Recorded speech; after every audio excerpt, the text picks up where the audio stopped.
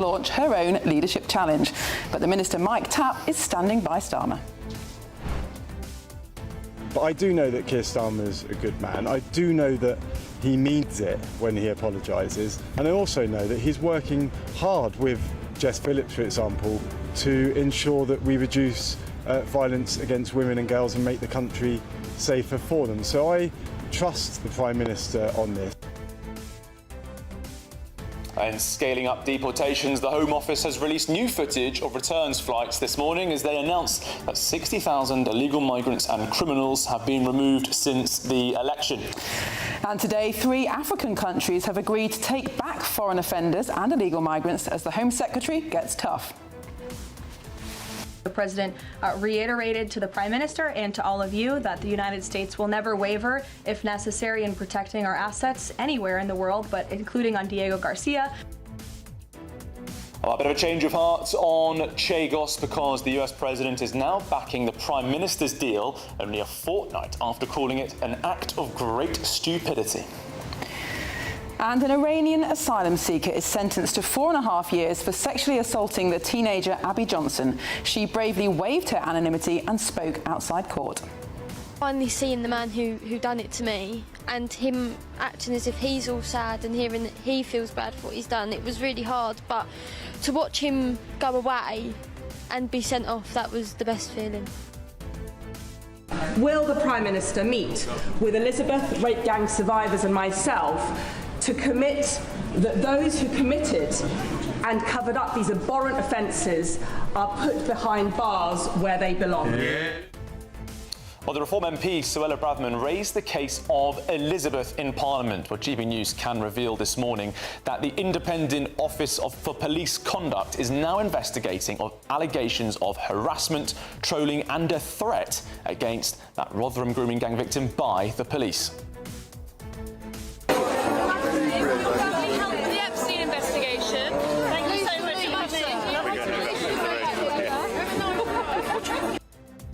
King Charles has been heckled over his brother Andrew Mountbatten-Windsor during a royal visit in Essex. It's now the time for the former Duke to testify about his links to Jeffrey Epstein. And the US news anchor Savannah Guthrie, she's made a plea for her mother's safe return almost 1 week after the 84-year-old first went missing. We need to know, without a doubt, that she is alive and that you have her.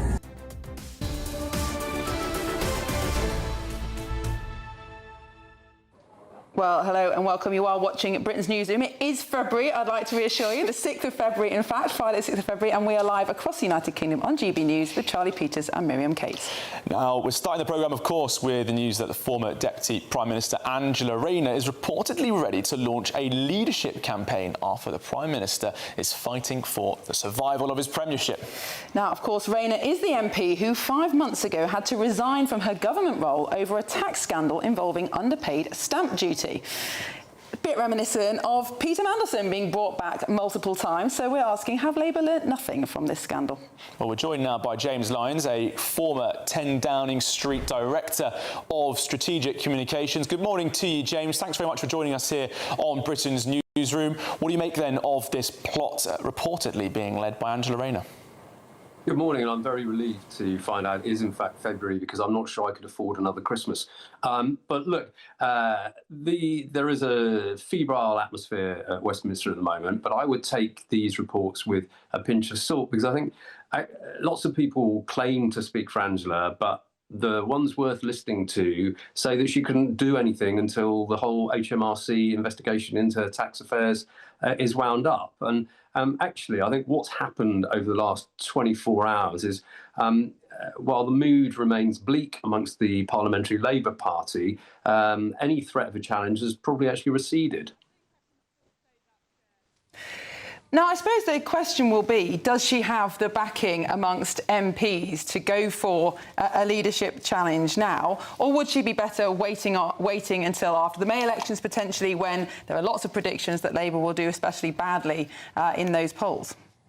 Well, look, Angela is a formidable character who commands a great deal of support across the Labour Party, not least of all, of course, because of her remarkable backstory.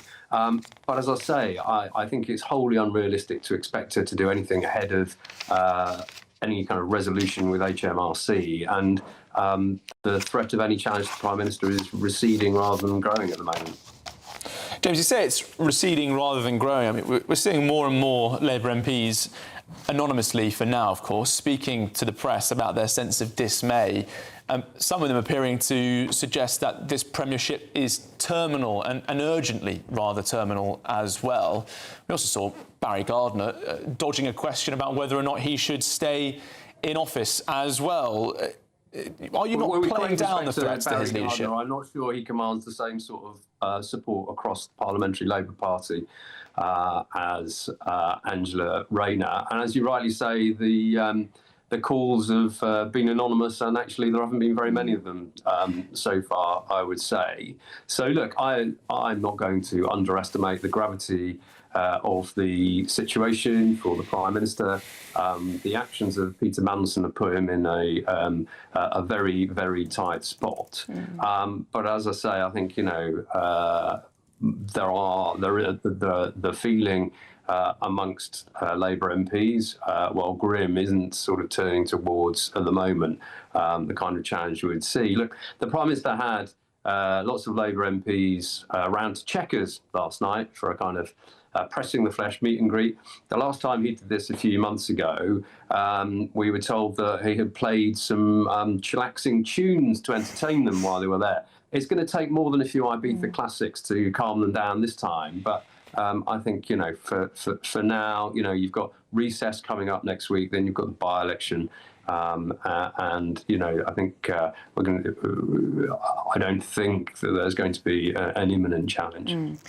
Plenty of parallels have been drawn between this situation that the Prime Minister finds himself in and the situation that Boris Johnson was in after Cakegate, as it became known, when MPs became increasingly restless, just wanted to replace him almost for the sake of it. Do you think Labour MPs are taking heed of what happened to the Conservatives, particularly after the downfall of Boris Johnson? Will they take a warning from that? Well, what is undoubtedly true, as the Tories have shown, is that simply changing the person at the top doesn't transform the fortunes of a government. In fact, you know, it can definitely make them worse. You know, everyone got sick of the psychodrama, as we would like to call it, and the chaos under the Conservatives. Obviously, Labour was elected on a promise to end that. But it's a promise they've not fulfilled, James, obviously, and that's one of the key problems for Sir Keir Starmer, isn't it? So I would finish the question. But one of the key problems for Sir Keir Starmer is that he's come in to be a clean break from that psychodrama, but he's certainly brought in a lot of personal and political crises relating to personnel, relating to leadership and allegations of that kind. It's not been a sort of clean and swift transition into pure policy and leadership, as Sir Keir Starmer would have liked the country to believe in 2024. Well, as you're reporting today, the government's making progress on deporting people who shouldn't be here. Waiting lists are coming down.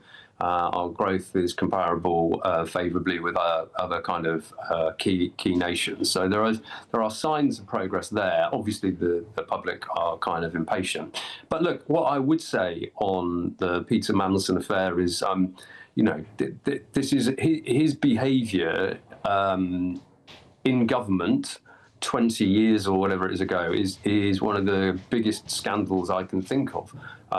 You know, kind of almost on a par with the kind of expenses. You know, the fact that he was sending such confidential, market-sensitive material to a financier is just staggering, and frankly has appalled, I think, people of all parties at Westminster who, you know, anyone I know who's been working in government of any stripe is horrified and cannot believe that this happened. But there was a huge amount on the Jeffrey Epstein connection of being wise after the fact here.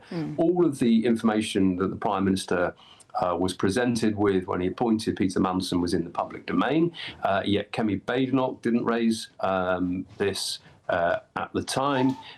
If you remember, actually Peter Mandelson, despite the news reports, was a public figure.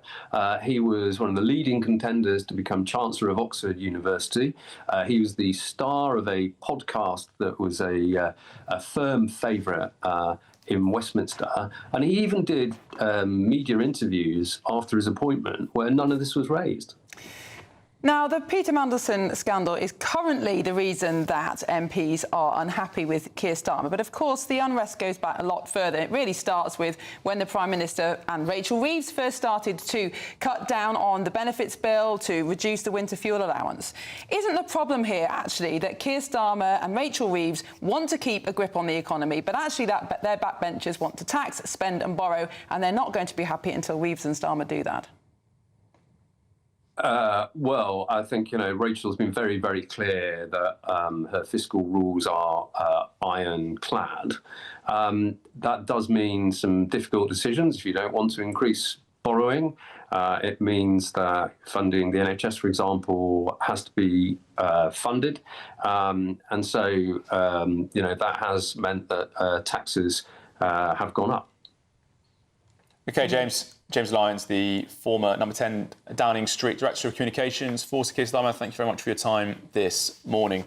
Now, Lord Mandelson has previously denied wrongdoing relating to Epstein, saying, "I was never culpable or complicit in his crimes like everyone else. I learned the actual truth about him after his death." He also said that he relied on assurances of his innocence that turned out later to be horrendously false. And Miriam, I just want to say the two big claims there we heard from James Lyons about how this government is doing well: deportations and the waiting lists going down. There's a big asterisk on both of those claims. Absolutely. We're going to dive more later in the programme into these 60,000 deportations, but the waiting list going down. I mean, we now know, don't we, that hospitals were being paid to delete patients from waiting lists. That was revealed. Either because they died or no longer needed the treatment. I mean, the problem with Labour is not communications, not selling their ideas properly, perhaps. It's more about delivery, about how this government is struggling at this stage. I think Keir Starmer can possibly ride out this current crisis, but the rot is much deeper than just Peter Mandelson.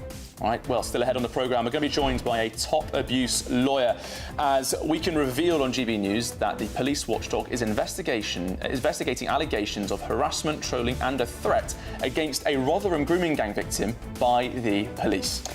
But coming up next, the Home Secretary Shabana Mahmood celebrates how many illegal migrants Labour has deported as she promises to get tougher. But is she going far enough? And are her numbers correct? Right, all that coming first. But first, let's get a check on the forecast for some of the top holiday destinations.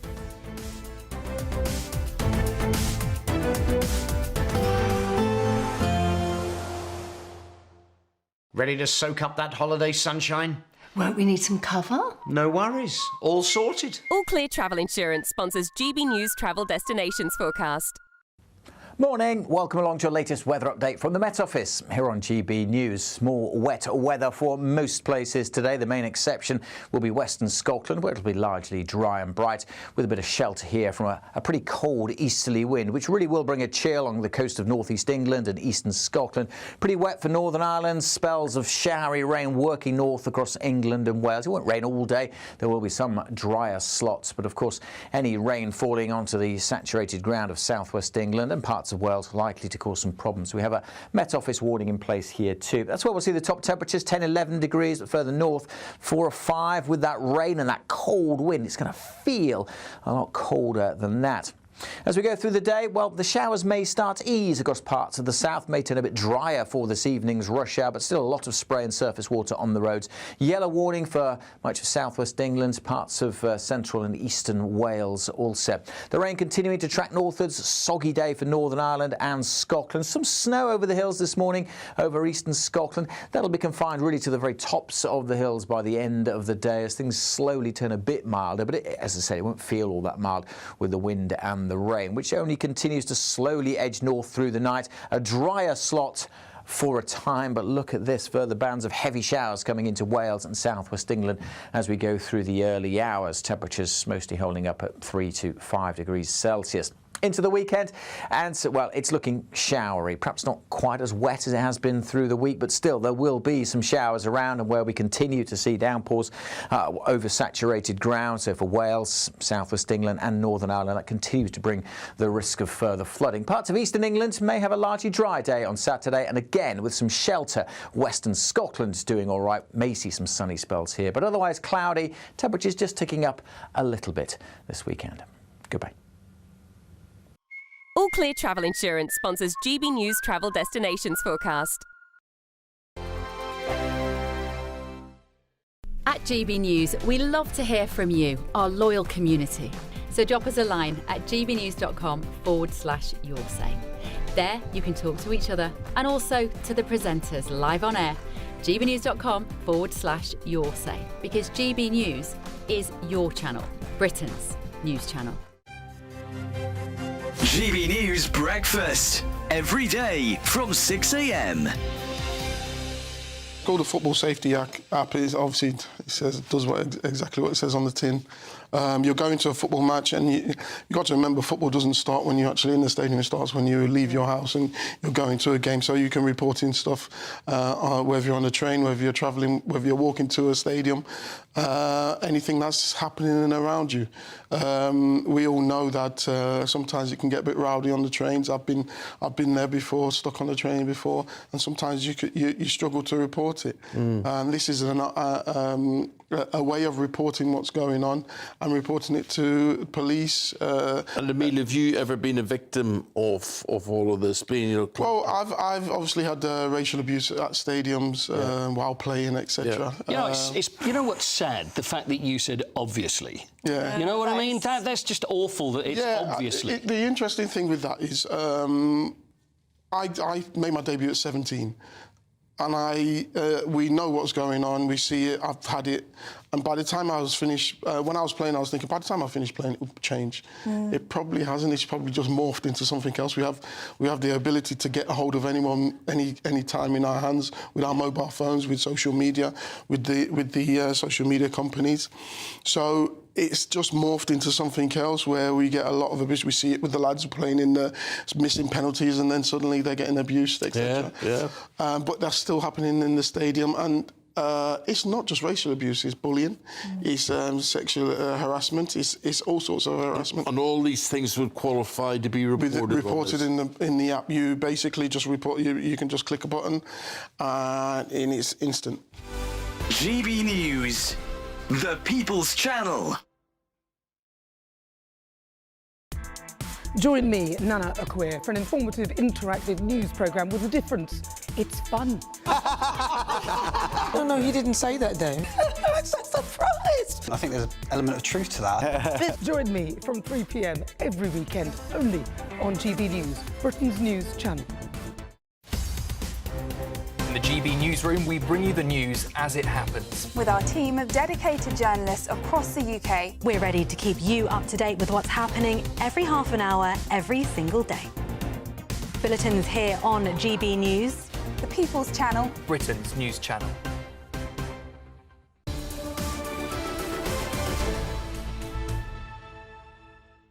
Welcome back. It's 12 minutes to 10. You're watching and listening to Britain's Newsroom on GB News. Now, the Home Office has announced that nearly 60,000 illegal migrants and convicted criminals have been removed or deported since the 2024 election.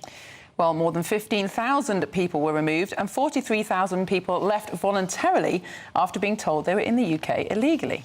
This comes as there's also an announcement this morning that 3 African countries, the Democratic Republic of Congo, Namibia and Angola, have all agreed to take back illegal migrants after some pressure from the Home Office on visas. Well, Rob Bates is the Director of Research at the Centre for Migration Control. He joins us in the studio now. Rob, good morning. Thank you for joining. On paper, these numbers sound good. What's your thoughts on the Home Secretary's boast? Well, I wouldn't say they're quite at the level they need to be, even with that 60,000. I think it needs to be multitudes higher. But that 60,000 actually really is the Home Office fudging the numbers, because within that, what you do actually see is about a third of those are what's called verified returns, where individuals have actually left the country without the Home Office even realising that they've left until much later. So I think it's a bit rich for the Home Office to be trying to take credit for that. Only about a quarter of the overall total were official deportations, and another quarter were what's called controlled returns, were actually unassisted, where the Home Office actually paid money. The Labour government has spent about 40 million so far bribing illegal migrants and foreign offenders to return home. So there's a long way to go, and actually what you are seeing is that the deportation of small boat migrants has fallen under the Labour government, as we're seeing them being put up in hotels in increasing numbers. So I actually think these really masks what is some fundamental failures on behalf of the Labour Party, because, of course, actually they've not got to grips with the asylum system. We're seeing escalating costs. We're seeing more and more people having sort of appeals lodged and dragging their heels to removal. So, look, it's good that they've increased the numbers on what the Tories were achieving, but I don't really think actually there's too much to be bragging about there, because the Tories really, really did make a hash of it. And actually, you know, when you consider the fact that about 2/3 of those that are removed are Europeans, they're not sort of coming from those countries that you would consider the real problem of the small boats crisis, your Eritreas, Afghanistans, Irans, Sudans and so forth. In fact, from the 5 countries that make up the bulk of the small boats crisis, there have only been about 33 deportations in the last year. So these are tiny numbers compared to actually the numbers that we're seeing coming across. And when we look at the significant chunk of this 60,000 being people voluntarily leaving the country, is it fair to use the term deportation when you're including those statistics as well? No, and they've been very fast and loose with the truth previously on this. And actually, I think, you know, ministers have been called out by fact checks and stuff like that, because actually, as you say, 3/4 of these that have been returned from the country are either those voluntary returns where individuals have been paid a pretty penny to leave, or they have left on their own accord without the Home Office even realising. So actually, the figure here is really, really inflating what is going on. And the number of deportations, the actual number of deportations, I think it's about 9,000 a year we're seeing. That is way down on where it was even a decade ago. So we've kind of lost all sense of perspective of what a normal functioning country does when it comes to a deportation programme. We need to see a huge increase, and to do that we of course have to leave the ECHR. We have to overhaul our approach to judicial review, and we have to really clamp down on these immigration tribunals that are making it increasingly difficult to deport those that are here illegally. Now, we've also heard news this week that the Home Office has stepped up their raids on illegal employment premises. They've had some success with this, but like you say, the numbers are tiny compared to, we think there were perhaps hundreds of thousands of people here illegally. Both Reform and the Conservatives have promised to deport hundreds of thousands of people if they were to win the next election. Do you actually think that is possible under our current system? I do, and I do think actually we do need to recognise that a large portion of removing those individuals that are here illegally will require them sort of saying to themselves, oh, you know, life is not becoming really feasible here. I'm going to take myself back to my country of origin. And to do that, you have to really reheat that hostile environment that we saw initiated somewhat under Theresa May. It didn't quite go far enough, and that means sort of making it nigh on impossible for them to access healthcare, to get a job. The government is doing some things on right-to-work checks. I think there's a lot more that can be done, but basically making it really impossible to function here as an undocumented illegal migrant. Because, as you say, we've got a huge population here that is without permission. About 1 million was in 2017. Since then, we've seen 200,000 come across on small boats, tens of thousands more overstayed visas. And really, actually, these figures that we're seeing today are just scratching the surface. Rob, I want to ask you about these 3 countries, the DRC, Angola and Namibia, agreeing to take back illegal migrants after the Home Secretary said that there would be a visa penalty applied to them. You spoke earlier about some of the countries involved in this latest round of 60,000 removals, or people just leaving the country, let's be frank. Angola, Namibia and the DRC, they're not the main target countries for this problem, are they? No, not at all. I think, really, actually, this is, again, another attempt to kind of grab good-looking headlines for pretty measly efforts. I mean, the government's claiming that, you know, there are thousands of individuals from these countries with no right to be here. I've never seen any data that suggests that. The government certainly hasn't published any data which suggests there are thousands of individuals from these countries. Visa bans are a very, very useful tool, and I think actually what we should be looking to introduce is those visa bans on countries such as Pakistan, Somalia, other countries that we know are a much bigger proportion of the problem. Rob Bates, thank you very much for your time. GB News fact-checked for you this morning. Well, later on, we're going to be exploring why Donald Trump has had a change of heart on Sir Keir Starmer's Chagos deal. This is Britain's Newsroom, Britain's favourite morning show, only on GB News. See you after the break.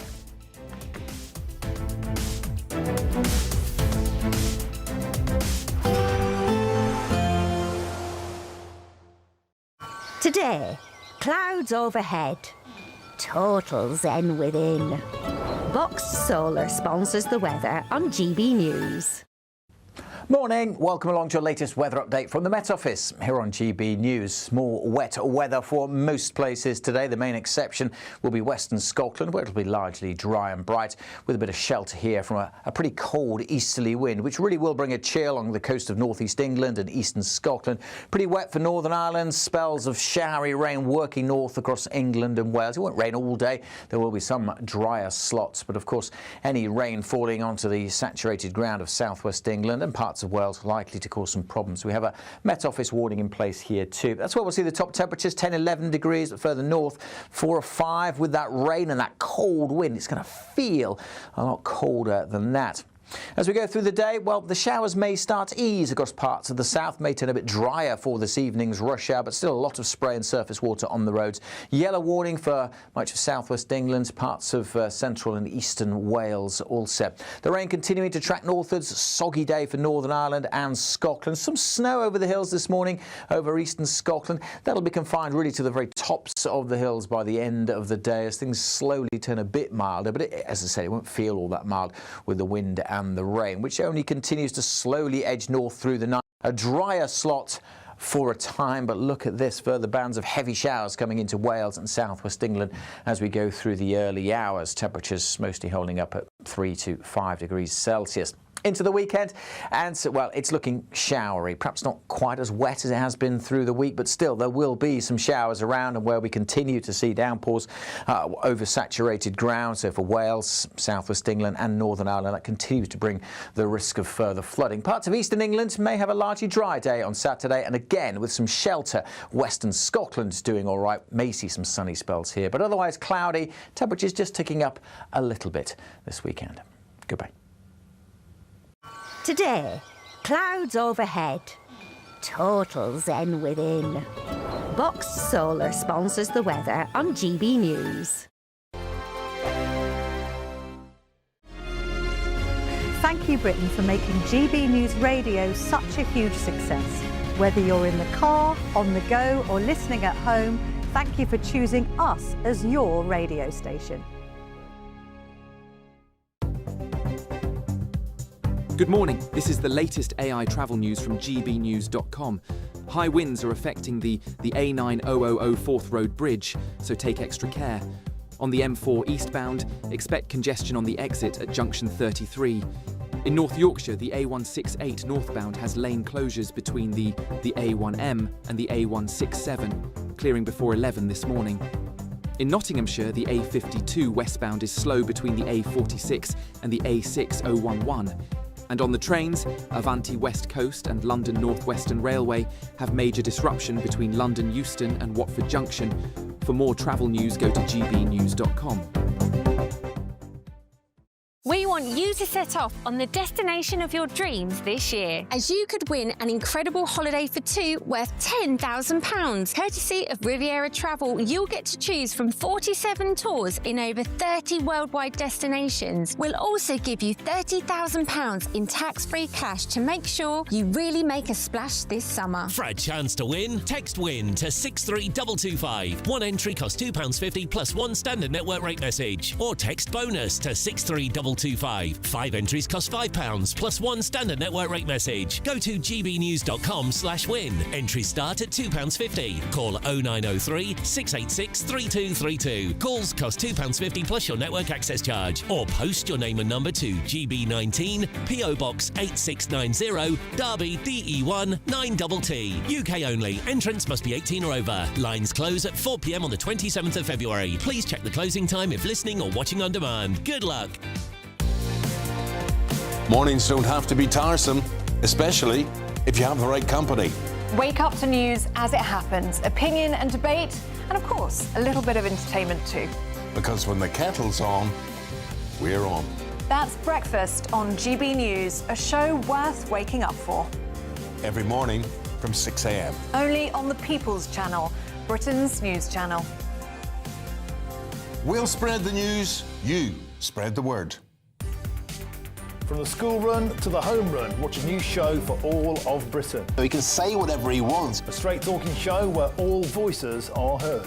And, you know, when are we going to stop talking about smashing the gangs and actually do it? With the stories that matter from every part of our country. There's a bit of a crash landing there for your Chancellor. Bold, fearless and standing up for you. That's me, Martin Daubney, 3 p.m. till 6 p.m, weekdays, here only on GB News. The People's Channel, Britain's news channel.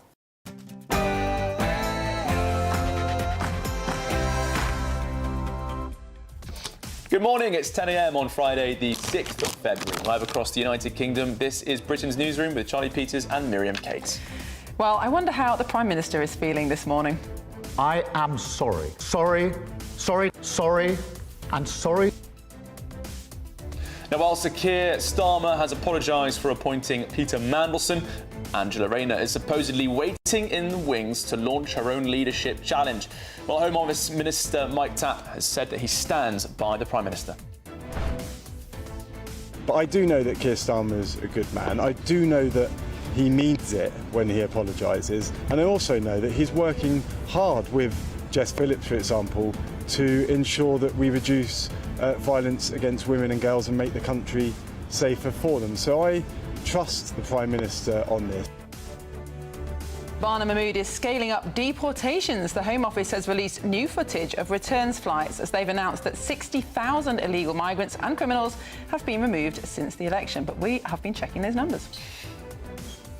The President reiterated to the Prime Minister and to all of you that the United States will never waver, if necessary, in protecting our assets anywhere in the world, but including on Diego Garcia. And Trump's change of heart on the Chagos Islands because the US President has now backed the Prime Minister's plan, only a fortnight after calling the deal an act of great stupidity. Elsewhere, an Iranian asylum seeker is sentenced to more than 7 years for sexually assaulting a teenager, Abby Johnson. She bravely waived her right to anonymity and spoke outside the court. Finally seeing the man who done it to me and him acting as if he's all sad and hearing that he feels bad for what he's done, it was really hard, but to watch him go away and be sent off, that was the best feeling. Will the Prime Minister meet with Elizabeth, rape gang survivors and myself to commit that those who committed and covered up these abhorrent offences are put behind bars where they belong? Well, that was Reform MP Suella Braverman raising the case of Elizabeth in Parliament. And it comes as GB News can reveal today that the police watchdog is investigating allegations of harassment, trolling and a threat against a grooming gang victim by a police officer. And whiskey galore. Supply chain issues, tax and export problems are hampering the industry. But today, Great GB News is championing the great British product. And our Scotland reporter, Tony Maguire, may or may not have had a few shots already. Yeah, good morning. Well, we're here at Glenturret Distillery and continuing on our celebration ahead of World Whisky Day, we'll be talking to Managing Director John Laurie, who, despite multiple challenges, has managed to turn around a beloved whisky brand here in Scotland.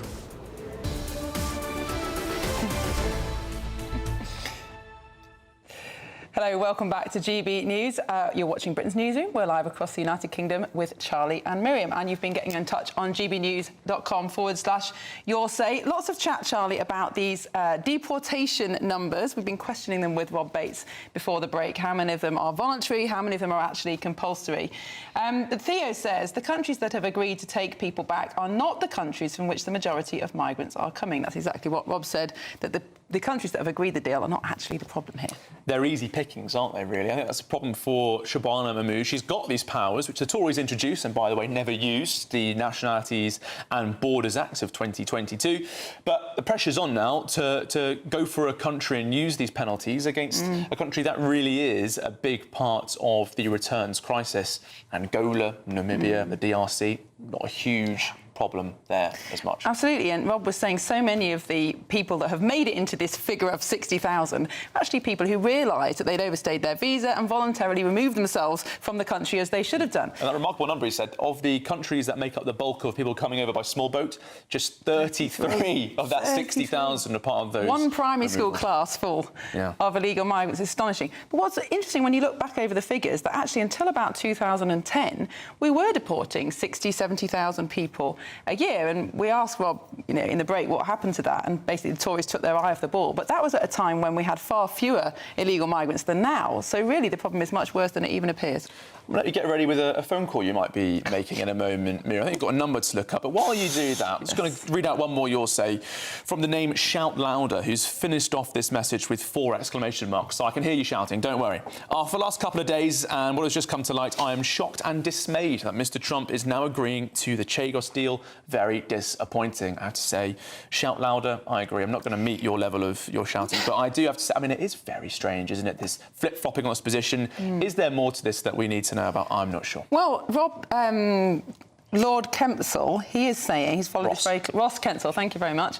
He is saying that actually this is not as clear-cut as it seems, that Trump is leaving room for further negotiation and that perhaps he's just appeasing Starmer at this point because the government has dropped the bill. That's a message of hope more than one of... But the government has dropped the bill at the moment, so at the moment it is not going to proceed. So right, it's 5 minutes past 10 and following 100-mile-per-hour winds, which knocked out power and left 28,000 customers across Cornwall without access to broadband services, people are flocking to a phone box in Helford. Well, let's try it now. We're going to see if anyone answers. Miriam, you got the number there for you? It's on the screen if you need it. Thank you very much. We'll see if anyone picks up. Of course, this has been a lifeline for the local community because everyone was sort of flocking to use it. Put it on speaker. Oh, well, let's hope they use Ofcom friendly language. Oh, let's hope they're just nice people. And here it is. That's the phone box we're calling right now.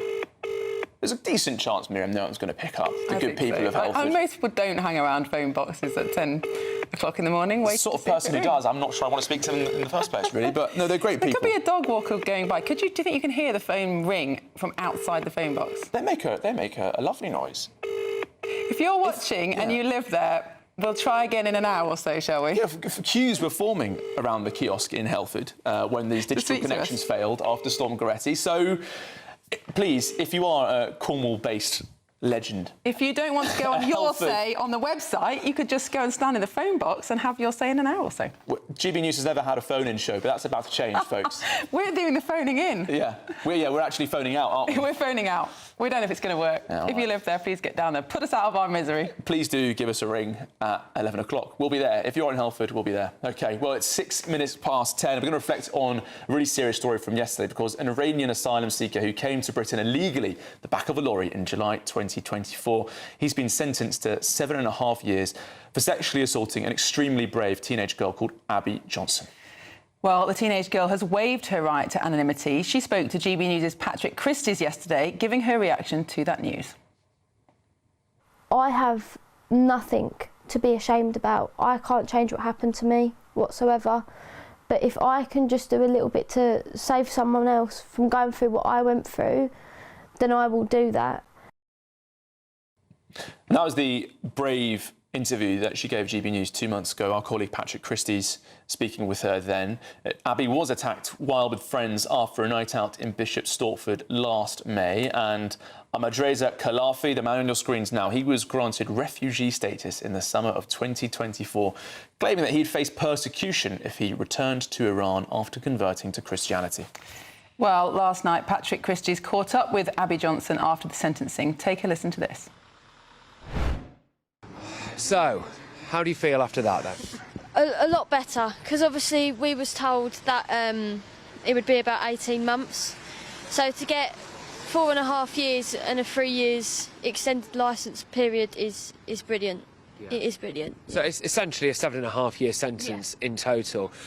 Look, you were incredibly brave in there. Thank you. What was that like coming face to face with him?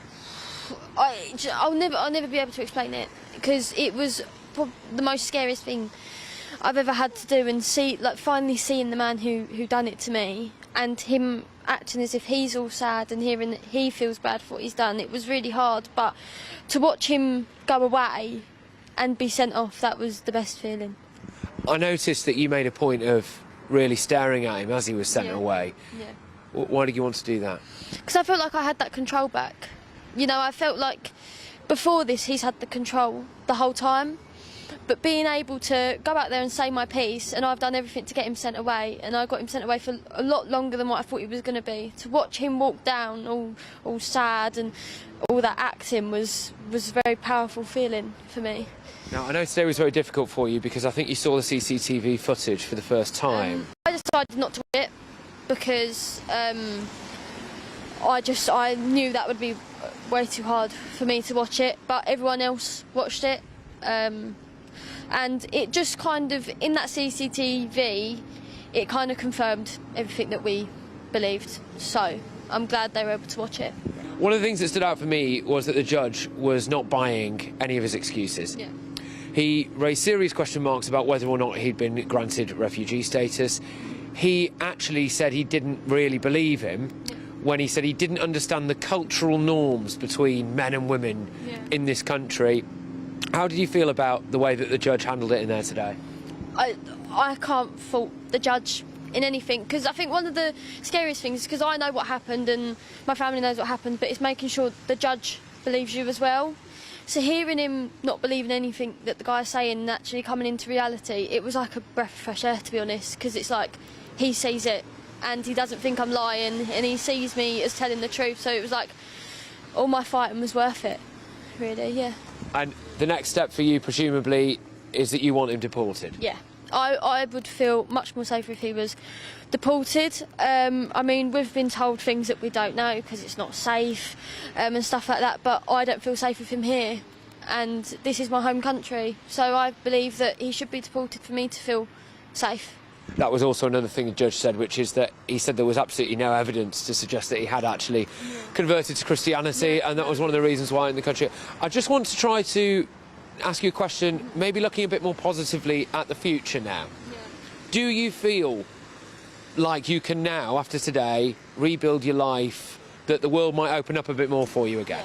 Obviously, it's still a horrible thing. I'm still going to have flashbacks, I'm still going to have all this.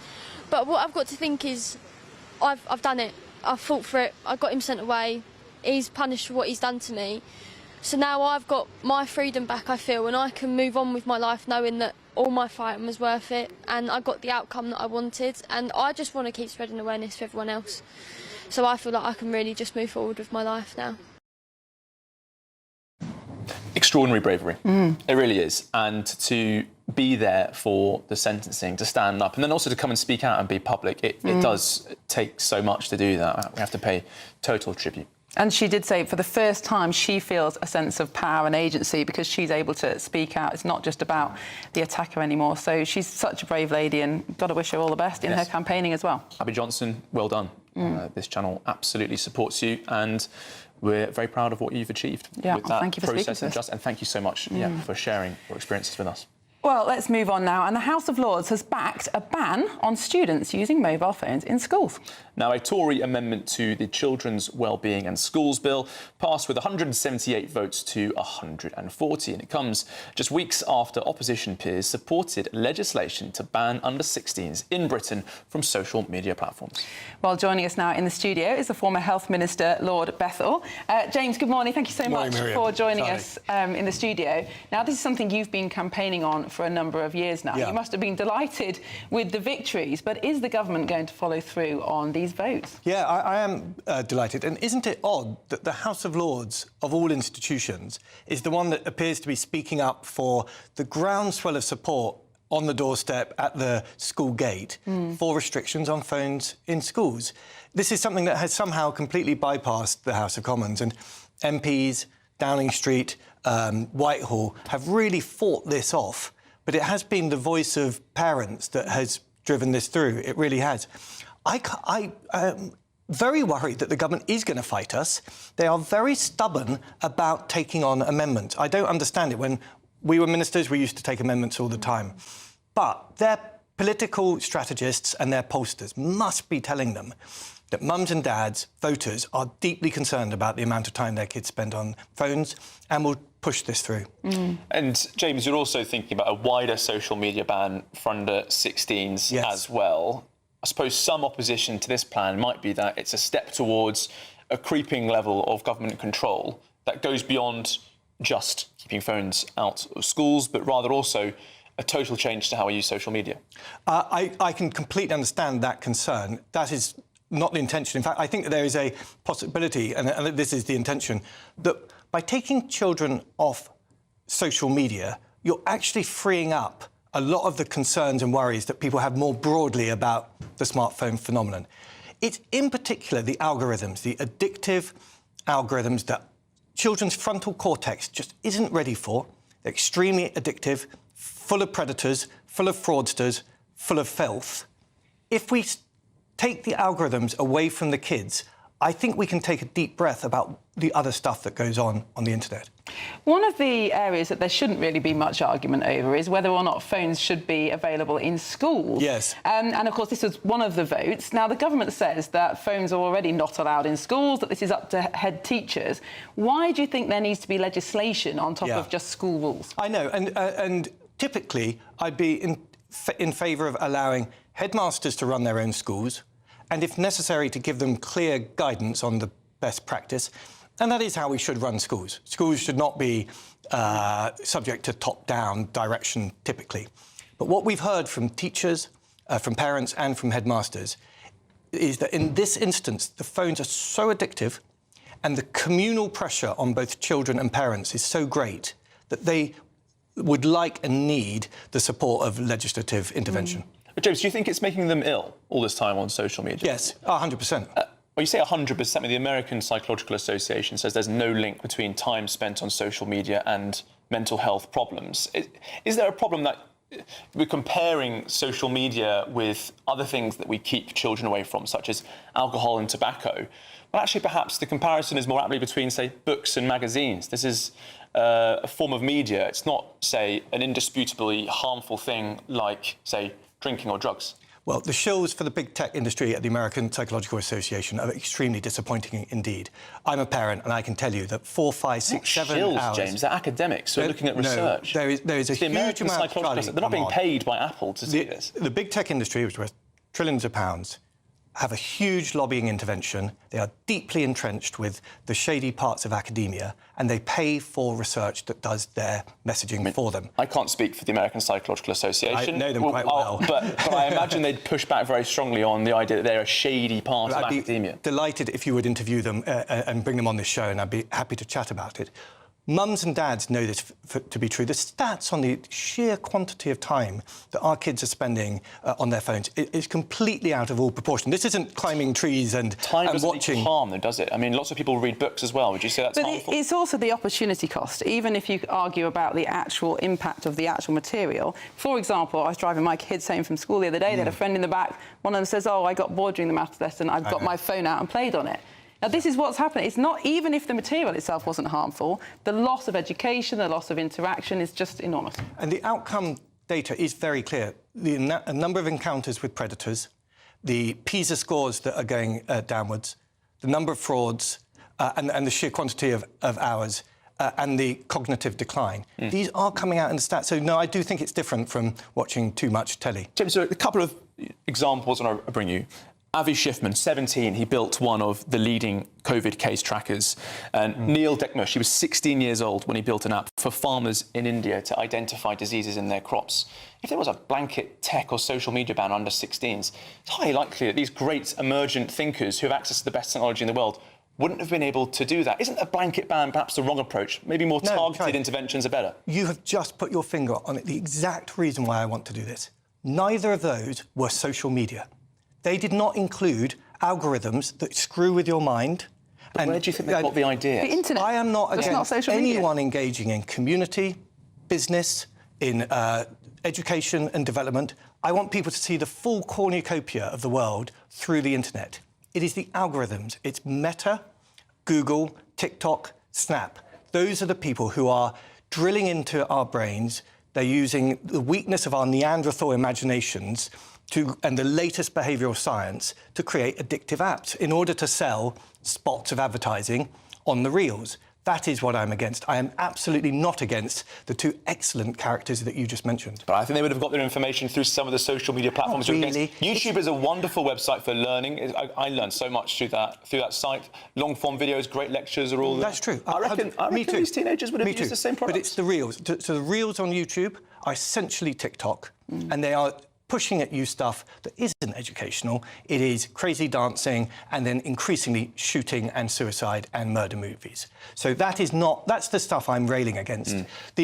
I completely agree with you. My goodness, the internet has opened us all up to the wonders of the world, and I am fully in favour of children being engaged in the internet. It is the algorithms and the social media that are dangerous.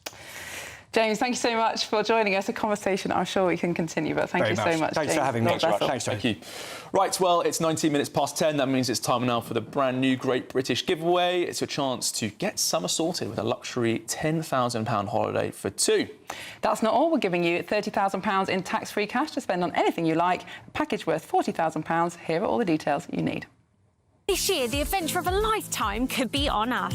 Courtesy of Riviera Travel, there's a terrific £10,000 holiday for two to be won. You could be here exploring the magic of Egypt on a Nile River cruise, or choose from over 30 worldwide destinations like Thailand, South Africa, New Zealand, or even Sri Lanka. And because they have over 40 years' experience with handcrafted tours, you'll be safe in the knowledge that every step of the journey will be planned with you in mind. We'll also boost your bank account with a fabulous £30,000 in tax-free cash, which you'll be able to spend however you like this year. So what are you waiting for? For a chance to win, text WIN to 63225. One entry costs £2.50 plus one standard network rate message. Or text BONUS to 63225. 5 entries cost £5 plus one standard network rate message. Go to gbnews.com/win. Entries start at £2.50. Call 0903 686 3232. Calls cost £2.50 plus your network access charge. Or post your name and number to GB19, PO Box 8690, Derby DE1 9TT. UK only. Entrance must be 18 or over. Lines close at 4 p.m. on the 27th of February. The winner may be contacted live after all entry routes have closed. Please check the closing time if listening or watching on demand. Good luck.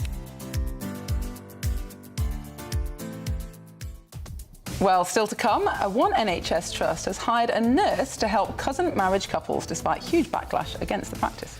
We're going through that extraordinary story and much more with Dr. Renee Hunderkamp and Jonathan Liss here on Britain's Newsroom, only on GB News. See you just after the break. Westminster's full of talk, but out here, it's the real world. Am I allowed to talk now? No, that's it. This is where it matters, real people and real lives.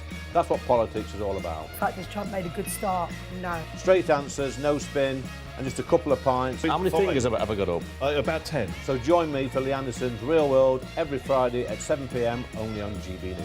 The People's Channel, Britain's news channel. I'm Jacob Rees-Mogg and this is GB News, Britain's news channel. GB News Breakfast, every day from 6 a.m. We're sort of all looking on here, hoping this story is right. I think we've all got a little way to go yet, but apparently the Super 60s, we reach our creative peak at the age of 67, so we've all got ages to go. But what's surprising in this report is who's already 67? Madonna.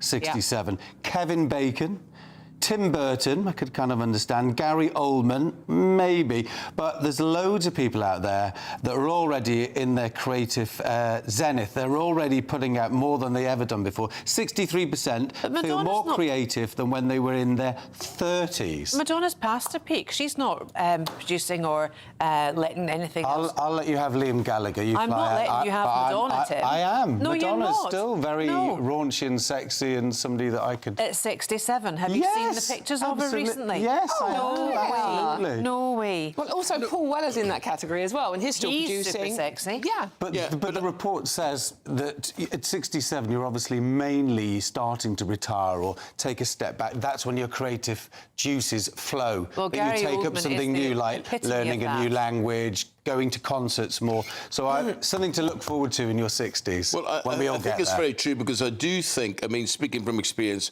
I think that this country is ageist. It's absolutely ageist, and sort of our industry is ageist. Which is ironic because we do have money to spend, you know. We're actually, well, a little bit more than somebody that's Generation X and Z that only 25% haven't had a drink in the last 12 months. At least our 50, 60-year-olds still drink. GB News, the People's Channel. You want to know what's really going on in the corridors of power? Labour don't know what to do with you half the time, and that makes you quite lethal in the chamber. Get behind the headlines with Chopper's Political Podcast. Join me, Christopher Hope, as I sit down with the great and the good of British politics. We'll see where this ruling takes us. These are the stories shaping our nation. Chopper's Political Podcast, available now on all platforms. Listen in and stay ahead.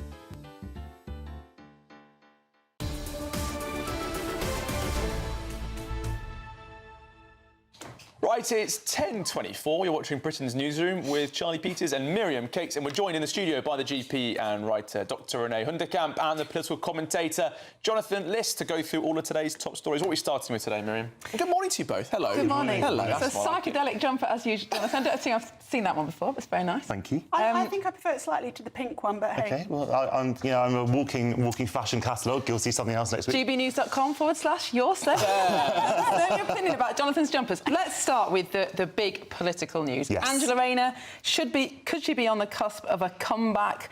Are Keir Starmer's woes just too much to bear? Well, there's a lot to unpack in this, obviously. You've got the Prime Minister who seems to be fighting for his life as he hasn't before his political life. You had that hastily rewritten speech yesterday where he apologised directly to Epstein's victims. That seems to have calmed the mood there, people are saying, in the Labour Party, but there are a lot of people who are very, very angry and are very upset about his repeated lapse in judgment, it has to be said. And so now you're looking at, obviously, when and if there'll be a move against him and who that could come from. People are saying that Streeting is too exposed because he's too close to Mandelson himself, so he's not best placed to capitalise on Starmer's woes. Which leaves, although I'm sure he'll still try, which leaves Angela Rayner. And people are saying that she was rebelling this week when it came to the amendment on the address to release Mandelson's the details about Mandelson. And then you have this war chest that she seems to have accumulated of £1 million. The question is her tax affairs, and that's why people are saying that it's the HMRC that now gets to decide her future because they're the ones who are currently deciding what the result should be about the investigation. Renee, it doesn't really matter if you've got £1 million in a war chest while you're still waiting for an HMRC probe into a 40 grand stamp duty controversy. I mean, look, it's not a great look, and I think that will be her problem. But I think I would take issue with that Streeting is marred by Mandelson and Rayner isn't. There is not a member of Cabinet, and she has been in that Cabinet, who has not been blessed by Mandelson to be there. If anybody thinks that Angela Rayner is clear of the Mandelson touch, they need to give their head a wobble. Well, have you got any evidence of that, Renee? Because I certainly haven't seen any clear indications that she particularly has had his patronage. There certainly are many MPs you've had. I was talking to Jonathan outside. If you talk to Rosie Duffield, she says that there is nothing that happens within the Labour Party or has happened for the last 2 decades that is not blessed by Mandelson and a couple of other very powerful men. And I have been very close to the Labour Party through friends of mine. And certainly not politically. Yeah. No, not politically. Through friends. Very close. I know. And I think there is evidence that there is a very, very powerful lobby within it. I think that we can have 2 caveats to what you just said. The first is that Rosie Duffield is, she's no longer in the Labour Party, so she has her own axe to grind, as we know. So, I'm not saying that what she says is wrong, but she clearly has her own perspective and agenda. And second of all, Angela Rayner, unlike anyone else apart from Starmer, has her own mandate. So she was going to be in the cabinet. She's the deputy leader. She was the deputy leader of the Labour Party, and Starmer he made her deputy prime minister on the back of that. So I can see Mandelson might have had a role in other people, but certainly because she was always going to be in the cabinet anyway, she's less as tarnished by him in that let's just unpick Angela Rayner then. Bear in mind that Starmer came to power and said that this was the end of sleaze and we were going to go forward with a government that wasn't corrupt. So anyone that takes over for him will surely pick up their mantle and say, this time we're really not going to be a government that's corrupt, and she's fiddled her taxes. Well, as you remember from Laurie Magnus's report, I think that he said that she was careless. She didn't set out to evade tax, but because there was, constant pressure, then she did resign. But she didn't. It wasn't such an earth-shattering scandal that she sort of cast out for good. Do you think people would be that forgiving if it were me that had not paid £40,000 worth of tax that I owed? I didn't know that you were in the cabinet of the Labour Party, Renee. If I wanted to. Well, if HMRC is going to have an investigation into someone, then they can do that. And if an ethics investigator finds that you weren't acting unethically, then I suspect people would forgive you. It's a shadow, though, isn't it, Jonathan? It's going to hang over the situation until it is resolved. And just moving away from the specifics of Angela Rayner's tax affairs, a lot of people in Number 10 right now resisting this potential challenge will be saying, be careful what you wish for. And they'll be saying that, Renee, because a lot of the challenges coming towards Keir Starmer at the moment are further to the left than him. And that is a big worry, perhaps, to voters as well. Yeah, absolutely. And I actually agree with that. I think right now, the only thing that would satisfy most people would be a general election, because having Starmer there suits, because he is the worst of a very bad bunch of very left-leaning politicians. I mean, the best of the bad bunch. What did I say? Said worst. Did I? But you've got Shabana Mahmood. She's in no way to the left of Starmer. But she's not going to win. That's she's the not thing. Going to we win. can say we're streeting Shabana Mahmood. Streeting's the right of Starmer. That's what I'm saying. I thought, But these are people who would be acceptable maybe to centrists, but they're not going to win because they won't have the support of the membership. Well, the interesting thing is that if you're looking at the membership, that actually sort of favours Starmer in a way, because so many of them have left. They've self-purged. So all the lefties have gone to the Greens, or they've left the Labour Party. So actually, there isn't going to be, if you're going to have sort of Starmer on the ballot, and you kind of think that Starmer, under the terms of the Labour Party, Starmer gets to stand in the contest, he could actually win it. And there was an interesting poll that showed that a slight majority of Labour voters want him to stay. Yes. And also Lib Dem voters, funny enough. More Lib Dem voters than Labour voters. It might be the case, Renee and Jonathan, that this sort of loss of voters to the Green Party and your party and other independents might be the thing that saves Sir Keir Starmer. Yeah, and saves us, actually, from even more big state,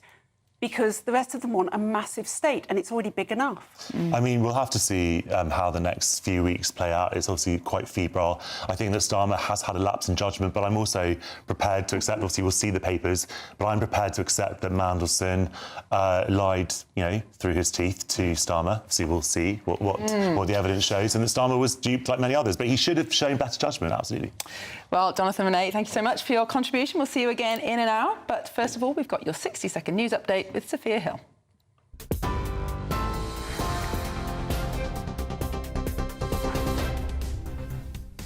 Miriam, thank you. Very good morning. These are the latest headlines just after 10:30. Sir Keir Starmer remains under pressure from within Labour ranks as he seeks to steady the ship amid widespread anger over the Lord Peter Mandelson scandal. Meanwhile, former Deputy Prime Minister Angela Rayner is said to be preparing a bid to oust Sir Keir as Labour leader. The police watchdog is investigating allegations of harassment, trolling and a threat against a Rotherham grooming gang victim. GB News can disclose the Independent Office for Police Conduct launched 2 separate investigations relating to South Yorkshire Police last year. South Yorkshire Police said, "We are aware of the allegations and continue to support the IOPC investigation." The cost of a TV licence will rise to £180 from April this year. The increase is in line with inflation and follows the terms of the 2022 licence fee settlement. Elsewhere, a new review has found that statins, a cholesterol-lowering drug used by millions, are far safer than previously thought. According to a comprehensive review, almost all listed side effects for statins are not caused by the drugs. And the Prince and Princess of Wales had their first official meeting with the new Archbishop of Canterbury, Dame Sarah Mullally.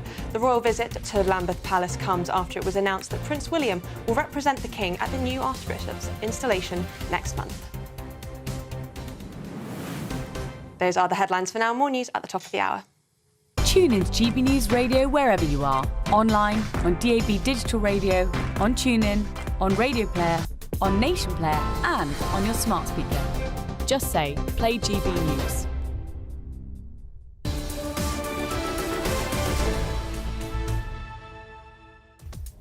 Coming up next, GB News can reveal this morning that the police watchdog is investigating allegations of harassment, trolling and a threat against a Rotherham grooming gang victim from the police. That's in South Yorkshire. We'll have all the details next. This is Britain's Newsroom, only on GB News.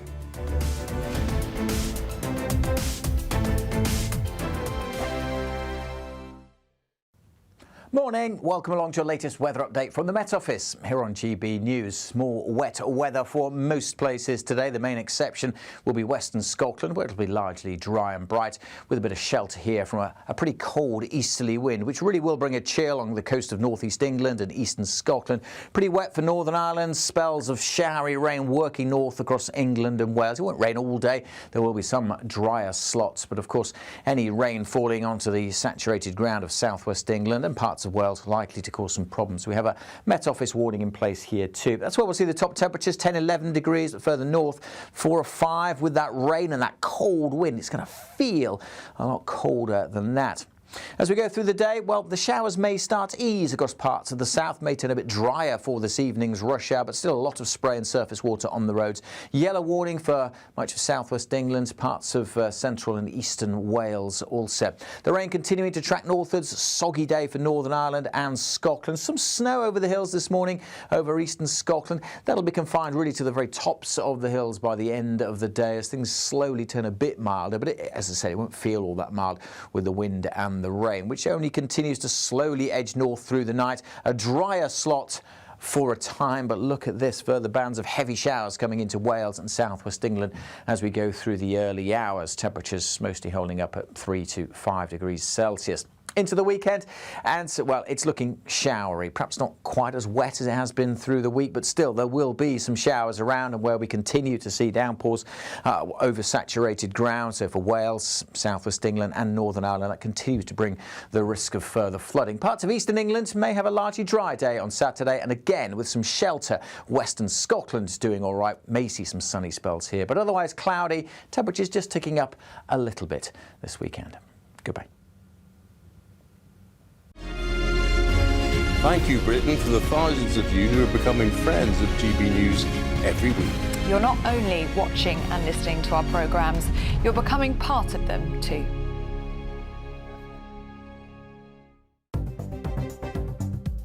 Good morning. This is the latest AI travel news from gbnews.com. Currently, high winds are severely affecting the Forth Road Bridge on the A9000. On the M4 eastbound, there is significant congestion on the exit slip at junction 33 for Capel Lanil turn. In North Yorkshire, the A168 northbound is experiencing roadworks, with one of 2 lanes closed between the A1M and the A167, expected to ease around 11:10 this morning. On the trains, Avanti West Coast and London North Western Railway are both experiencing major disruption, resulting in reduced services between London Euston and Watford Junction. For more travel news, go to gbnews.com.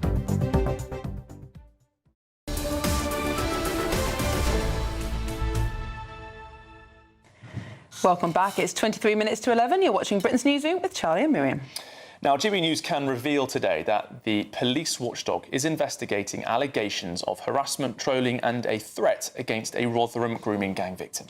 Well, the Independent Office for Police Conduct launched 2 separate investigations relating to South Yorkshire Police last year, GB News can disclose. Now, the investigations are assessing if South Yorkshire Police was involved in online harassment, stalking and leaking personal information about the victim, known as Elizabeth, whose case was raised in the House of Commons this week. We're joined now by abuse lawyer and her solicitor, David Greenwood. David, thank you very much for your time this morning. This is quite a significant investigation, isn't it? It definitely is.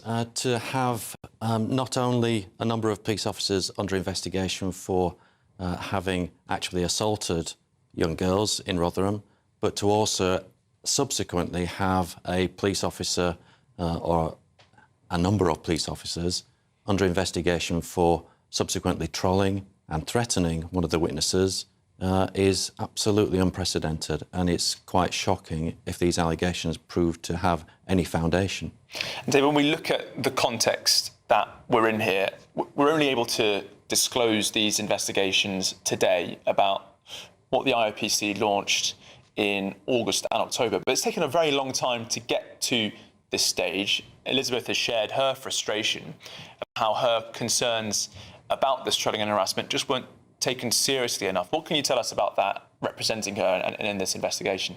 Yes, I'm glad you pointed that out, because it's taken a long time for even I to be able to get the allegations against South Yorkshire police officers investigated. It took me quite a while to persuade the Mayor's office to get involved, and then the IOPC to get involved. Now, Elizabeth complained about this behaviour, this trolling, some years ago when it was happening in 2019, but nothing was done by South Yorkshire Police at that point. Now that the IOPC have come on board to investigate South Yorkshire Police, they are taking it up and actually, thankfully, taking it seriously. And David, are you aware of any similar investigations like this in the past? And have, in your opinion, the IOPC done a good job of investigating those? So there was quite a large investigation done by the IOPC after the news broke in Rotherham in 2013, called Operation Linden, by the IOPC. It investigated a number of complaints of the police not doing their jobs, essentially. It was, well, can I say that it didn't achieve accountability, because only one officer was actually faced any kind of sanction, and that was a written warning, despite a lot of gross negligence, in my opinion, by police officers in South Yorkshire Police. So that was, in my opinion, quite a cursory investigation into what had happened, or the failures in Rotherham. The the IOPC could have done a lot more to dig into the detail of what went wrong, who was on what shift, when, and what the data, the computer data says about what they were recording and not recording. So, yeah, I think Operation Linden, in my opinion, was inadequate. So I'm glad that the IOPC are involved now with these extra allegations. There are some concerns also that your firm, Swatolski's, has raised previously about the Independent Office for Police Conduct, in particular because of what you just said. The most severe punishment given by Operation Linden was a written warning. Nobody was fired.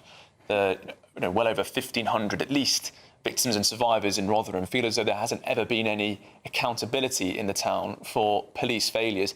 And also there was a further investigation, Operation Amazon, which found for the first time last year, they admitted, that senior officers had failed in their statutory duty to protect women and girls in Rotherham over the grooming gang scandal.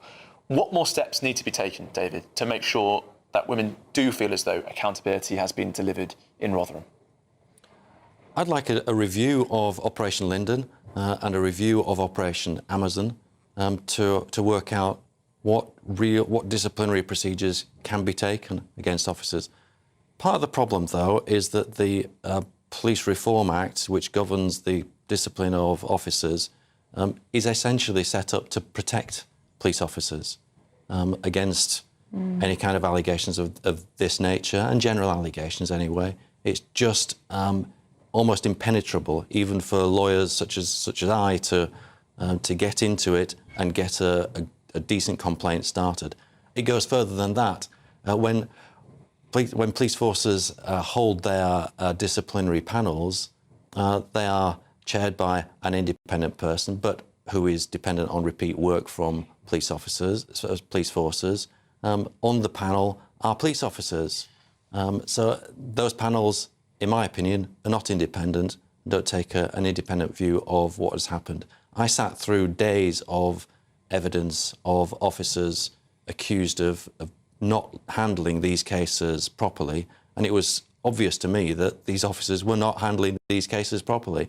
But the main allegation against a man called Dave Walker, a police sergeant in Rotherham, was dismissed. And I couldn't understand how they'd come to that interpretation of the evidence, but I suppose that's their view. I just don't see them as being independent, and that needs a shake-up, if you ask me.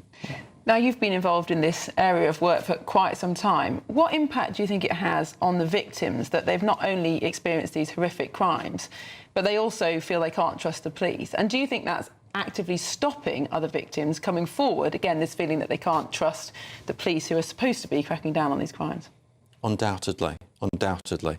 At the beginning, back in 2013, 2014, a lot of the women that I was speaking to were saying, I'm not going to go into the police at all. Eventually, the National Crime Agency took over the investigation of these allegations, and they did have some confidence among some of the women, but there are a lot of women still out there who have not come forward. Remember, the figure is 1,400, which Alexis J identified, and only about 150 to 200 have actually come forward. So there are a lot of women out there who haven't come forward for one reason or another. And one of those reasons is distrust of South Yorkshire Police. And David, that 1,400 figure was raised by the National Crime Agency to at least 1,510 after their investigation. So even now, we're still learning more about this crisis. Just back to Elizabeth's case and this investigation into harassment, trolling, and also an alleged threat made by telephone as well. We've seen some of the evidence that she points to of key details that she thinks only the police could have known about. Posts on social media about Elizabeth moving home, about her new address, and information like that. If she raised concerns through you in 2019 about this, what could possibly be the explanation as to why those were not actioned? Well, at that time, it was the National Crime Agency. Their remit was to look at the crimes committed by grooming gangs between 1997 and 2010, I believe. So it was outside their remit, this type of crime. So it went back to South Yorkshire Police. And South Yorkshire Police, you know... Funny enough, I didn't want to investigate this sort of allegation. Funnily enough, didn't want to investigate it, yes. Because South Yorkshire Police have no interest in properly interrogating themselves, their own officers, in my opinion. So I think that's probably the reason. There are... Take the case a bit further. In my view, there are ways that the National Crime Agency can track down the perpetrators of these threats and harassments online by tracing them electronically. I hope that will happen. I hope that will expose the perpetrators. Well, David Greenwood, thank you so much for joining us this morning. Thank you. Yes, well, we've also heard from South Yorkshire Police in reaction to our story this morning. They've told us we are aware of the allegations and continue to support the IOPC investigation.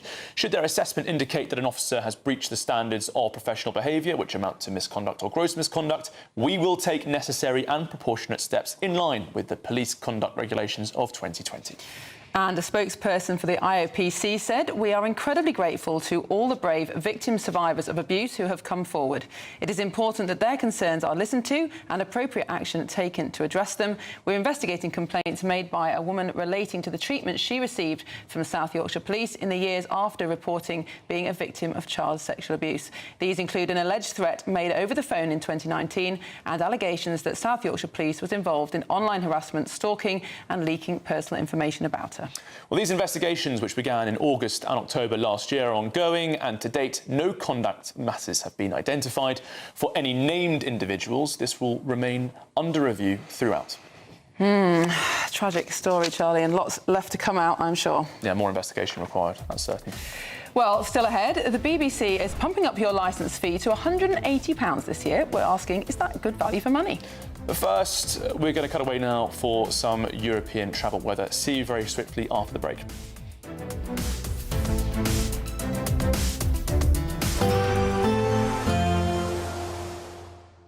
I forecast a perfect holiday in the sun. Weather looking good then? For sure, and no worries about our travel insurance. All Clear Travel Insurance sponsors GB News Travel Destinations Forecast. Morning, welcome along to your latest weather update from the Met Office here on GB News. More wet weather for most places today. The main exception will be western Scotland, where it'll be largely dry and bright, with a bit of shelter here from a pretty cold easterly wind, which really will bring a chill along the coast of northeast England and eastern Scotland. Pretty wet for Northern Ireland, spells of showery rain working north across England and Wales. It won't rain all day. There will be some drier slots, but of course any rain falling onto the saturated ground of southwest England and parts parts of Wales, likely to cause some problems. We have a Met Office warning in place here too. That's where we'll see the top temperatures, 10, 11 degrees, but further north, 4 or 5 with that rain and that cold wind. It's going to feel a lot colder than that. As we go through the day, well, the showers may start to ease across parts of the south, may turn a bit drier for this evening's rush hour, but still a lot of spray and surface water on the roads. Yellow warning for much of southwest England, parts of central and eastern Wales also. The rain continuing to track northwards, soggy day for Northern Ireland and Scotland. Some snow over the hills this morning over eastern Scotland. That'll be confined really to the very tops of the hills by the end of the day as things slowly turn a bit milder, but as I said, it won't feel all that mild with the wind and the rain, which only continues to slowly edge north through the night. A drier slot for a time, but look at this, further bands of heavy showers coming into Wales and southwest England as we go through the early hours. Temperatures mostly holding up at 3 to 5 degrees Celsius. Into the weekend, and so, well, it's looking showery, perhaps not quite as wet as it has been through the week, but still there will be some showers around, and where we continue to see downpours over saturated ground. So for Wales, southwest England and Northern Ireland, that continues to bring the risk of further flooding. Parts of eastern England may have a largely dry day on Saturday, and again with some shelter. Western Scotland's doing all right, may see some sunny spells here, but otherwise cloudy. Temperatures just ticking up a little bit this weekend. Goodbye. All Clear Travel Insurance sponsors GB News Travel Destinations Forecast.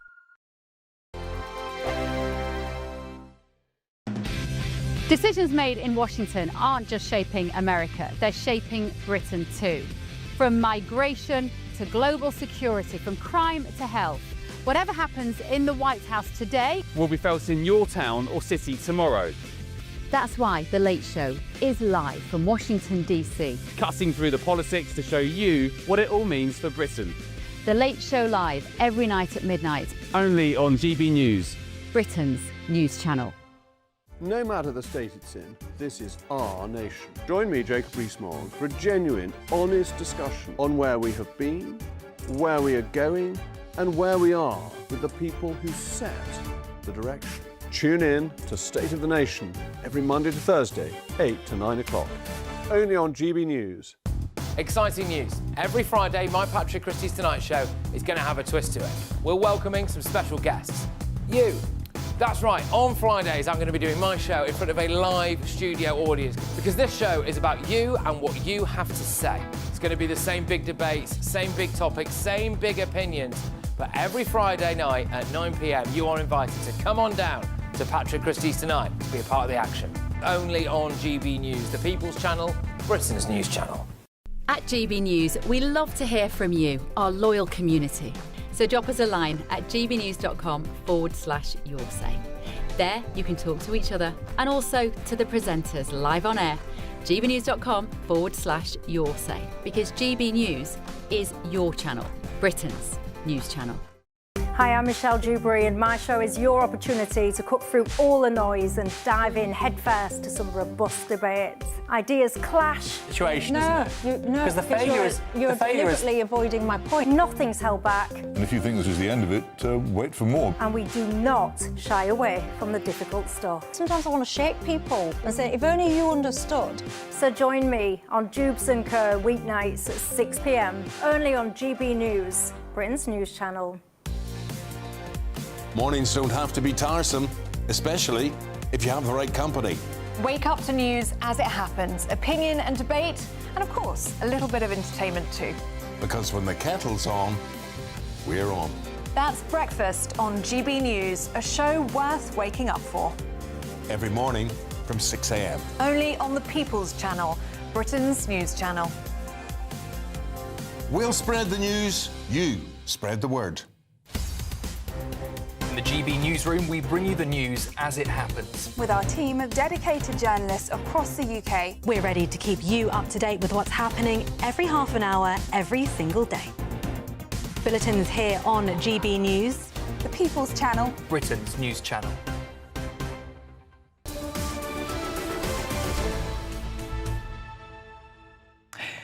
Welcome back. It's 7 minutes to 11. You're watching Britain's Newsroom with Charlie and Miriam. Now, International Scotch Whisky Day is right around the corner. What better way to celebrate than champion the industry?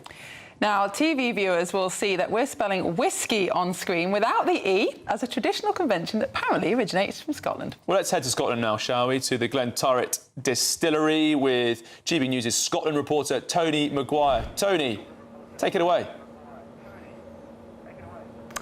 Yeah, good morning. Well, we are here back at Glenturret Distillery. We're going to be here all day because we are championing Scotland's national drink and the UK's biggest export for food and drink all day today. And I'm joined now by John Laurie, who is the Managing Director here at Glenturret. Oh, yeah. John, tell me a little bit here. So we're kind of trying to educate a little bit today. And to the casual observer, all these bottles behind us, glorious bottles, might look the same, but they're very, very different what's hiding inside.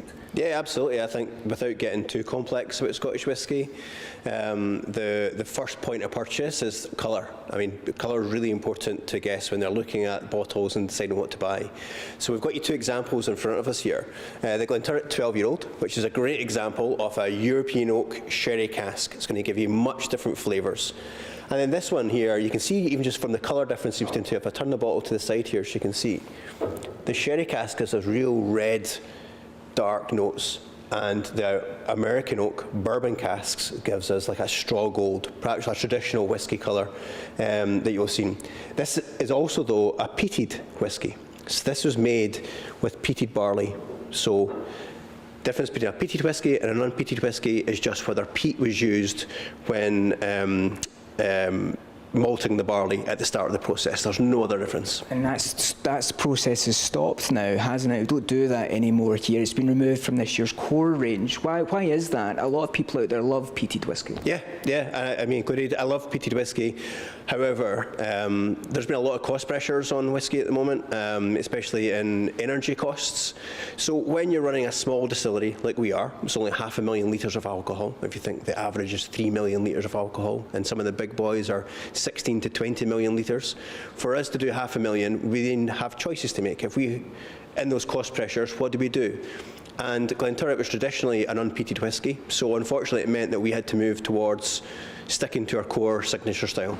So that was the main reason why we moved away from peated. The other reason was that you can see by these two bottles, they look identical. The consumer is drinking this one and then assuming that that's what Glenturret tastes like completely, when in actual fact this is probably closer to our house style. And then just quickly, we don't have too much time left, but you know, you've been really busy since you got here. 2020, you became managing director. There's a two Michelin star restaurant, 14 new global markets, and almost doubling the staff. You must have seen real potential here, but just very quickly for you. Yeah, absolutely. It's a really old, beautiful distillery, as I'm sure you've seen today. Taking the staff from 28 staff when we started to 70 during peak season now. It's incredible, especially because we're a small rural distillery, so those rural jobs are really important. But to take a distillery that was really forgotten about, really unknown, and making it what it is now has been a great journey and really privileged. Fantastic. Well, thank you so much for joining us here this hour, and thank you, John, for talking us through whisky one more time. Keep with us through the day because this party for International Scotch Whisky Day has only just begun. Thanks, Tony. I appreciate it's just coming up to 11 a.m. now, but let's have a drink. Come on now. This year, the adventure of a lifetime could be on us. Courtesy of Riviera Travel, there's a terrific £10,000 holiday for two to be won. Choose from over 30 worldwide destinations like Thailand, South Africa, New Zealand, or even Sri Lanka. We'll also boost your bank account with a fabulous £30,000 in tax-free cash. For a chance to win, text WIN to 63225. One entry costs £2.50 plus one standard network rate message. Or text BONUS to 63225. 5 entries cost £5 plus one standard network rate message. Go to gbnews.com/win. Entries start at £2.50. Call 0903 686 3232. Calls cost £2.50 plus your network access charge. Or post your name and number to GB19 PO Box 8690 Derby DE1 9TT. UK only. Entrance must be 18 or over. Lines close at 4 p.m. on the 27th of February. Please check the closing time if listening or watching on demand. Good luck. Decisions made in Washington aren't just shaping America, they're shaping Britain too. From migration to global security, from crime to health, Whatever happens in the White House today will be felt in your town or city tomorrow. That's why The Late Show is live from Washington, DC. Cutting through the politics to show you what it all means for Britain. The Late Show live every night at midnight. Only on GB News, Britain's news channel. Bold. They are under no illusion. Ray, are you a human trafficker? Boundless. I've had enough of the nonsense, and I'm not afraid to say it. Don't get us on the BBC. Every weeknight, I tear through the headlines. The smell of gasoline. Should we be worried about it? From Westminster madness to cultural war chaos. I'm going to do now, they are throwing things out the car as we speak. Get ready, Britain. Here we go. Patrick Christie's tonight, weeknights from 9 p.m, only on GB News, Britain's news channel. At GB News, we love to hear from you, our loyal community. So drop us a line at gbnews.com/yoursay. There you can talk to each other and also to the presenters live on air. gbnews.com/yoursay, because GB News is your channel, Britain's news channel. Join me, Nana Okoye, for an informative, interactive news programme with a difference. It's fun. No, he didn't say that, Dave. I'm so surprised. I think there's an element of truth to that. Join me from 3 p.m. every weekend, only on GB News, Britain's news channel. In the GB Newsroom, we bring you the news as it happens. With our team of dedicated journalists across the UK. We're ready to keep you up to date with what's happening every half an hour, every single day. Bulletins here on GB News, the People's Channel, Britain's news channel.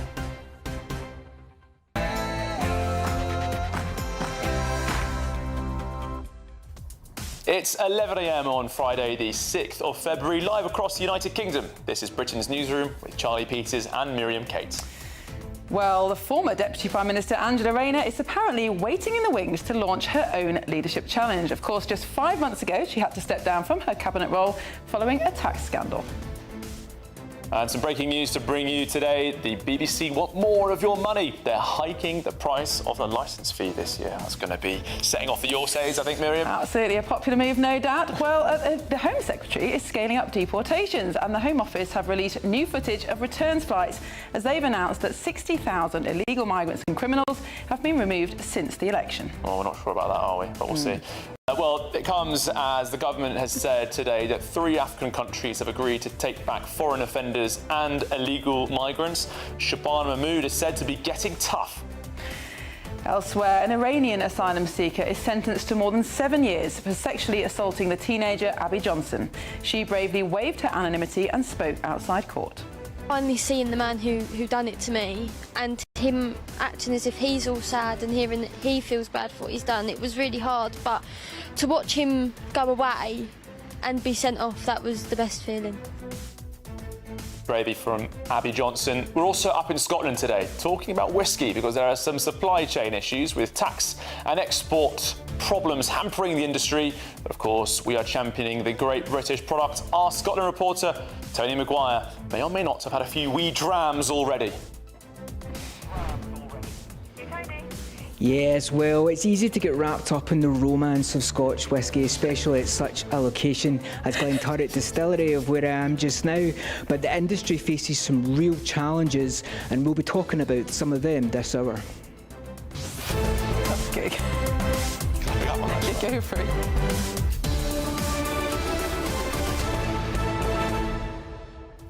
Oh, I watched Tony do a report from the Glenturret Distillery a couple of hours ago. I have to say, he looks a bit warmer faced since then. He's obviously getting into it. It's not quite tired and emotional, but certainly... You went to university in Scotland, didn't you? Did you have a lot of whisky up there? I could smell that shot that we were just watching there. It was a very happy memory indeed. I did go through a period of drinking really cheap whisky, and that's not good for you folks, let me tell you that. That's a free bit of advice from me. Well, if maybe, you can, have the good stuff. Maybe next time you'll get sent up there. You're the national reporter, after all. Yeah. Why did I get the drinking gigs? We should change that. We are in pubs, of course, up and down the country. country. I'm glad we're shining a spotlight on the whiskey crisis. We're not that jealous of Tony at all. Not at all. No, I love my tea this morning. Absolutely. Well, hopefully about to have another one. Well, let us know what you think about whiskey and, of course, all the other topics we're discussing today. Send your views and comments to gbnews.com/your say. Yes, in particular, I want to hear about your view on this 60,000 deportations. Is that true? Is it a bit of spin? Is Labour trying to sort of pull the wool over your eyes with some dodgy data? Or do you think Shabana Mahmood really is getting tough and showing us all how it's done? All that to come. But first, let's get your news with Sophia Hill.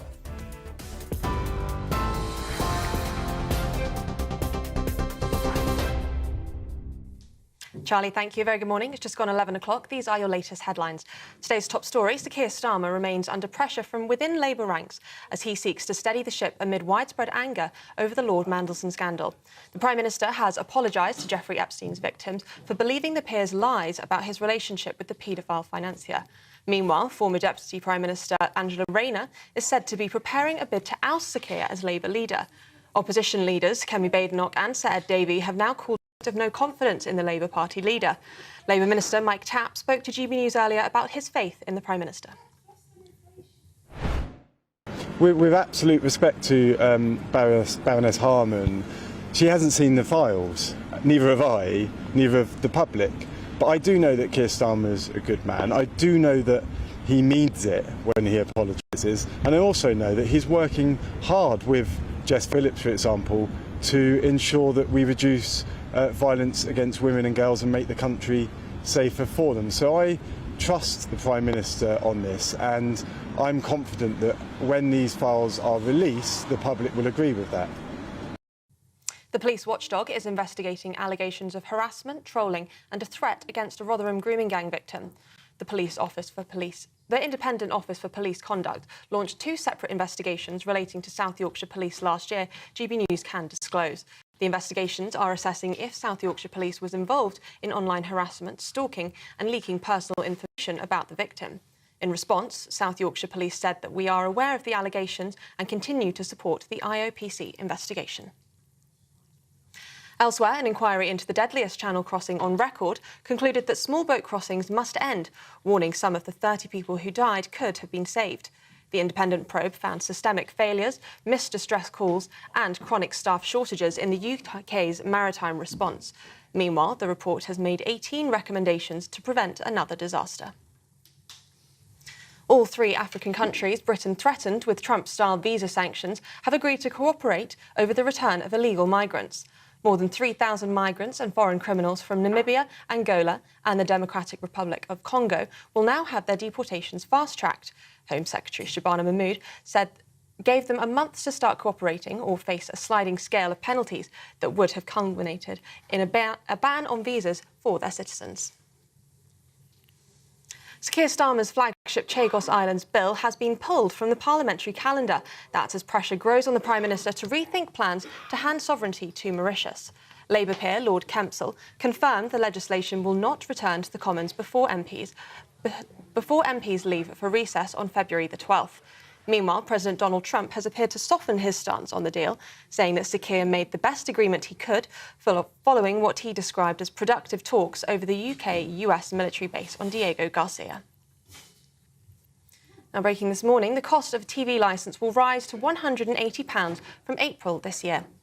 The increase is in line with inflation and follows the terms of the 2022 licence fee settlement. It comes as the government continues its review of the BBC Charter, aimed at ensuring the broadcaster is sustainably funded, delivers value for money and maintains public trust through impartial reporting. A new review has found that cholesterol-lowering drugs called statins, used by millions, are far safer than previously thought. According to a comprehensive review, almost all listed side effects for statins are not caused by the drugs. Those behind the report are now calling for guidance to reflect this in order not to put patients off using the pills. And the Prince and Princess of Wales had their first official meeting yesterday with the new Archbishop of Canterbury, Dame Sarah Mullally. Princess Catherine debuted her new love token necklace with a handwritten symbol, a message symbolising love and connection. The royal visit to Lambeth Palace comes after it was announced that Prince William will represent the King at the new Archbishop's installation next month. Those are the latest GB News headlines for now. More from me in just under half an hour. Cheers Britannia Wine Club. proudly sponsors the GB News Financial Report. Here's a quick snapshot of today's markets. The pound will buy you $1.358 and 1.151 euros. The price of gold is £3,589 and 38 pence per ounce, and the FTSE 100's at 1,031 points. Cheers Britannia Wine Club proudly sponsors the GB News Financial Report.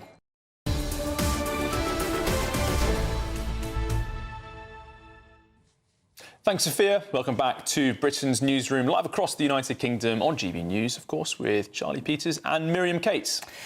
Well, we were reporting earlier that following 100-mile-an-hour winds, which knocked out power and left 28,000 customers across Cornwall without access to broadband services, that people are flocking to the phone box in Helford. Right, Miriam, she tried it last hour. We're going to try it again. We're going to phone this phone box and see if anyone picks up. Now, the village of Helford, that 3-week storm, a lot of problems with connectivity, but the phone box we're calling now was a vital lifeline for so many in the area at the time. The phone is still ringing, and that's the beautiful... Hello. Hello there. Hello. You're live on GB News. Who is speaking? So, say that again. Tony, hello. Tony, do we reach you in Cornwall? Hello. GB News, you say? That's right. Hey, how's it going, Tony? Are you well? Yeah, I'm doing good. Great. Do you live in Helford? No, I don't live in Helford. I've been staying locally quite often. And have you suffered from this broadband outage? The whole phone call system down here has been, yes, we have done. And when did you last use a phone box before today? Before today, some time ago. No. I wasn't here, and where I was had mobile phone reception, whereas here, there is absolutely none. Are you a fan of GB News? Because a lot of people staying connected to their communities, they've lost maybe their internet services. All they've got really is the telly and the phone box as well. Yeah, the phone box here, when I first saw it, it all looked rather quaint, and I thought, oh, that's nice. And as I'm down here quite often, the amount I've seen this phone box used, even without the storms and the outages, people passing by with no phone signal at least can phone back and say they've had a problem with the ferry or they can't get to where they're going to be. And anything else do you think the phone box might be used for today? Maybe ordering a takeaway? Who knows? Yeah, I mean, people, when the weather was bad and they had no phones, this was their communication. I've just been chatting with a dog walker who was saying that she couldn't tell people because she was out of communications. And this is how she heard that she couldn't come and walk dogs. Amazing. Well, it's been a pleasure to speak with you this morning. Thanks very much for speaking to all of the audience watching and listening at home on GB News. Great to show that these phone boxes are still so useful. Absolutely. Thank you, Tony. Hope you have a great day. Cheers, Tony. All the best. All the best. Bye-bye. Bye now. Amazing. How lovely. Don't you think children actually know how to use phone boxes anymore? Well, thank God Tony's not a child. No, I know, obviously. What I was saying is it's been so long since they were kind of part of normal life that kids walk past them and wonder what they're for.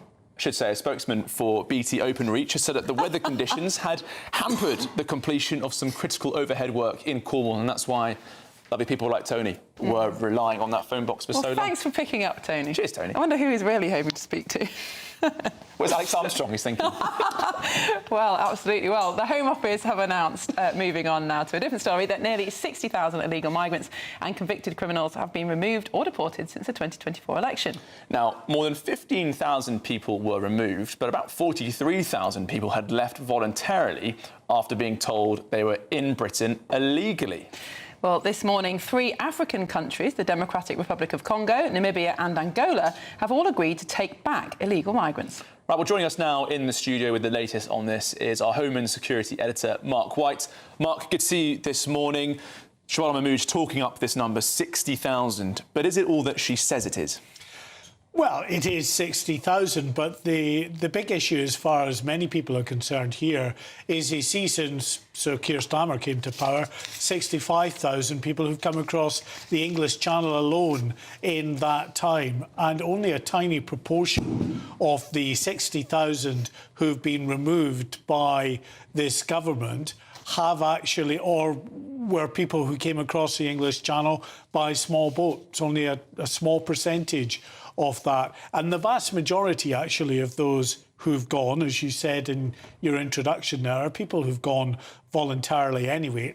normally happens. They get fed up of being here, cut off sometimes from the services that they require, like access to the health service and alike. So they decide that it's in their interest to go. Others have gone because of an incentive scheme to go, which is effectively sticks in the craw a bit, but we give them a few £1,000s and an airfare back home, and they decide to cut their losses and go with regard to that. And then there's about a quarter of that number who are your foreign national offenders. And the government is speeding up the number of foreign national offenders it wants to get rid of as well by allowing their removal having only served 30% of their sentence.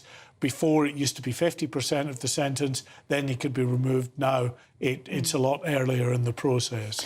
Now, there are two reasons for removing people who have no right to be here. One is simply to uphold the law and to make sure that people who shouldn't be here or perhaps have committed crimes leave the country. But also it's to act as a deterrent effect to stop people from coming here illegally in the first place. Do you think numbers of this scale are any deterrent effect at all?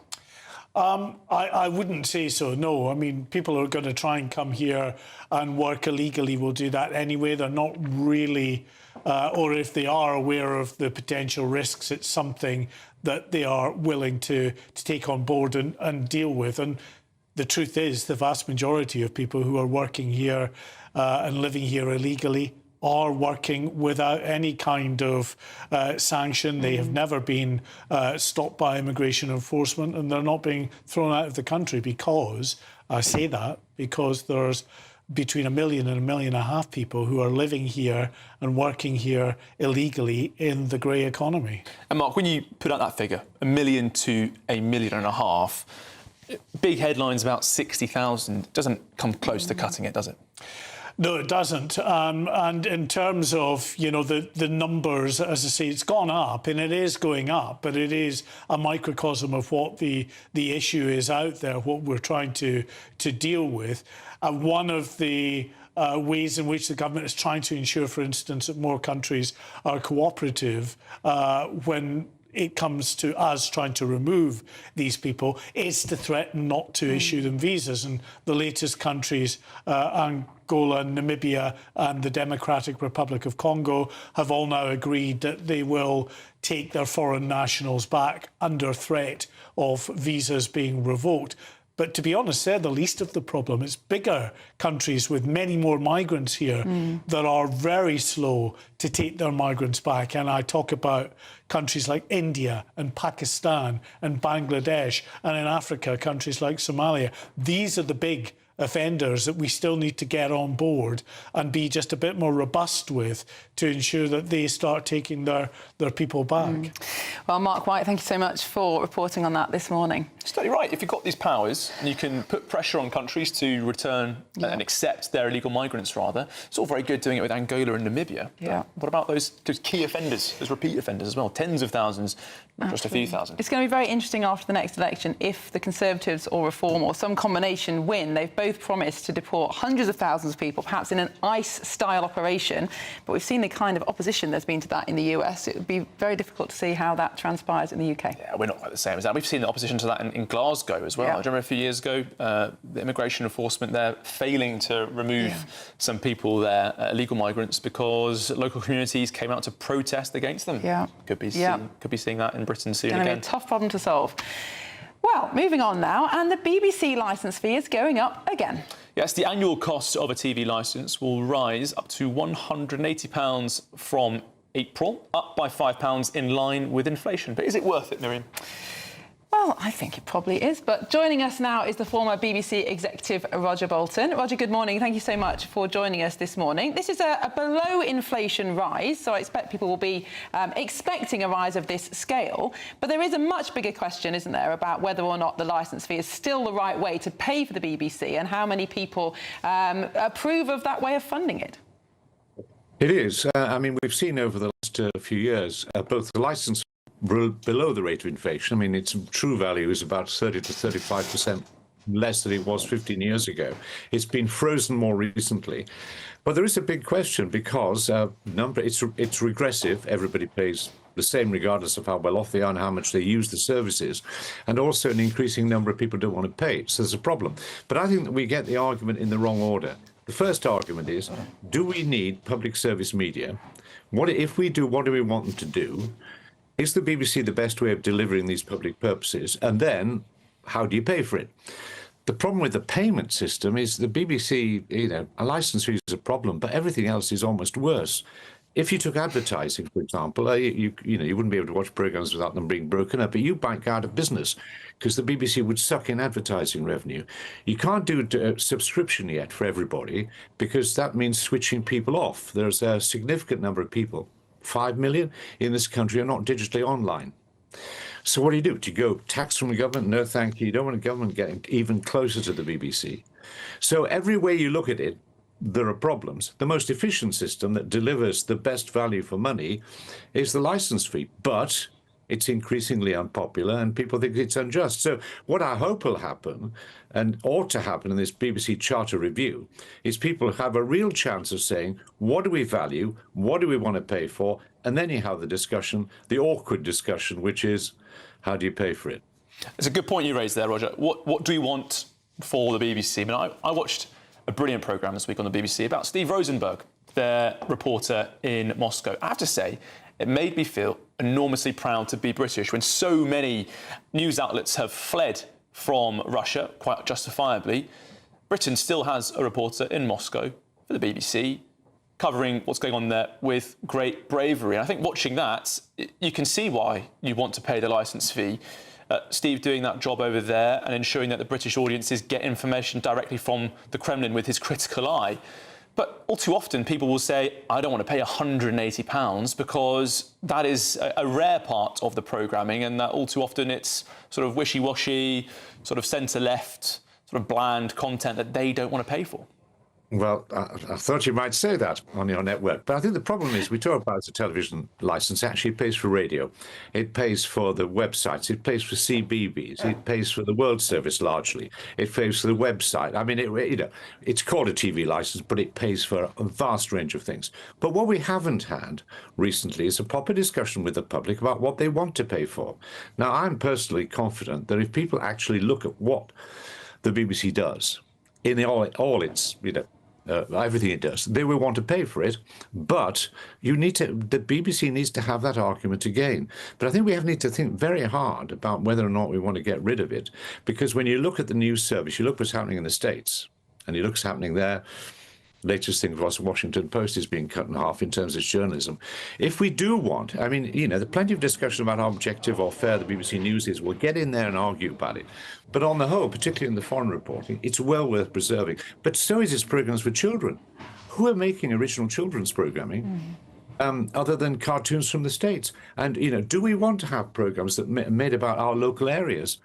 I mean, we've got to reinvigorate regional journalism and local journalism because there's not much. I think Roger, I think people agree with that. In the middle of London with people living in Carlisle. People agree with that, but unfortunately, what they see all too often isn't that. It's sort of the Panorama documentary, which is now leading to a lawsuit, or it's sort of hyper progressive arguments being put out on the features area of the website. It's not that all too often that great regional or foreign reporting. We want more of that. People want more of, right?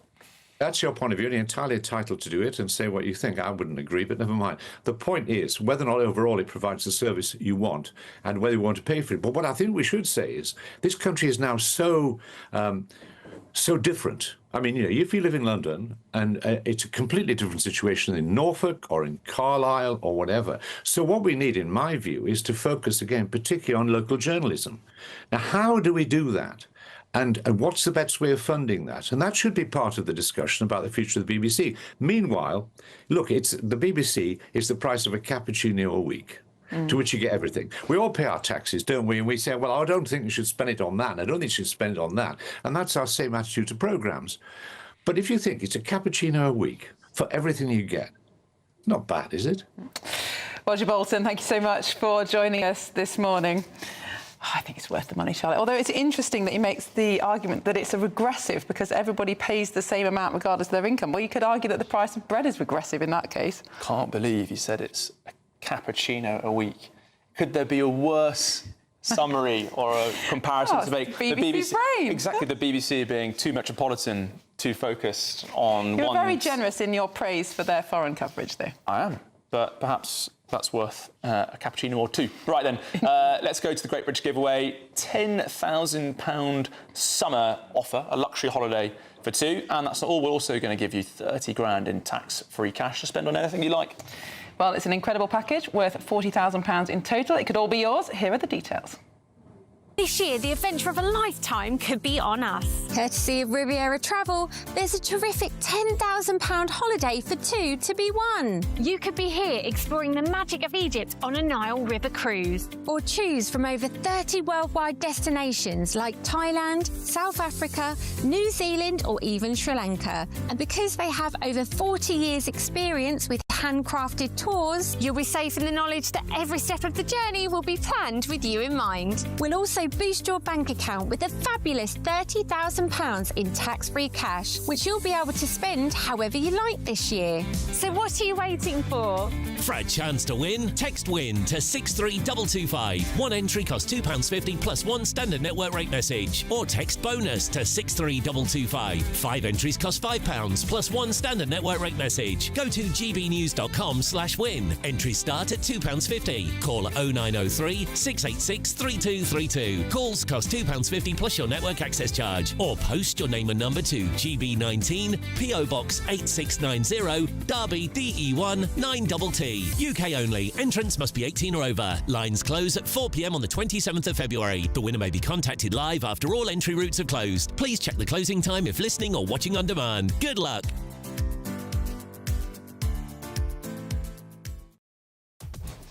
Well, coming up next, ITV are under fire for showing mid-match adverts during the Six Nations rugby opener between France and Ireland. Would that make you switch off? We're going through that and much more. Two people yapping over in the corner. It's Dr. Renee Hunterkamp and Jonathan Liss. They'll be joining us in a moment, only on Britain's Newsroom on GB News. See you shortly.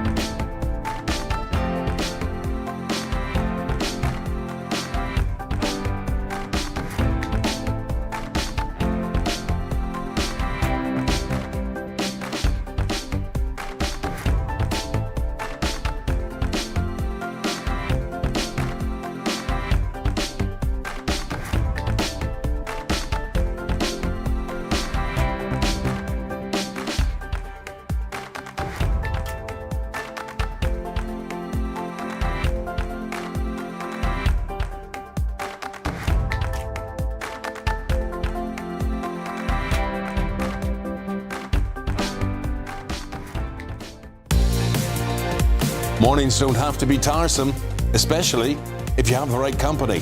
Wake up to news as it happens, opinion and debate, and of course, a little bit of entertainment too. Because when the kettle's on, we're on. That's Breakfast on GB News, a show worth waking up for. Every morning from 6 a.m. Only on the People's Channel, Britain's news channel. We'll spread the news, you spread the word. From the school run to the home run, watch a new show for all of Britain. He can say whatever he wants. A straight-talking show where all voices are heard. And, you know, when are we going to stop talking about smashing the gangs and actually do it? With the stories that matter from every part of our country. There's a bit of a crash landing there for your Chancellor. Bold, fearless and standing up for you. That's me, Martin Daubney, 3 p.m. till 6 p.m, weekdays, here only on GB News. The People's Channel, Britain's news channel. Westminster's full of talk, but out here, it's the real world. Am I allowed to talk now? No, that's it. This is where it matters, real people and real lives. That's what politics is all about. In fact, has Trump made a good start?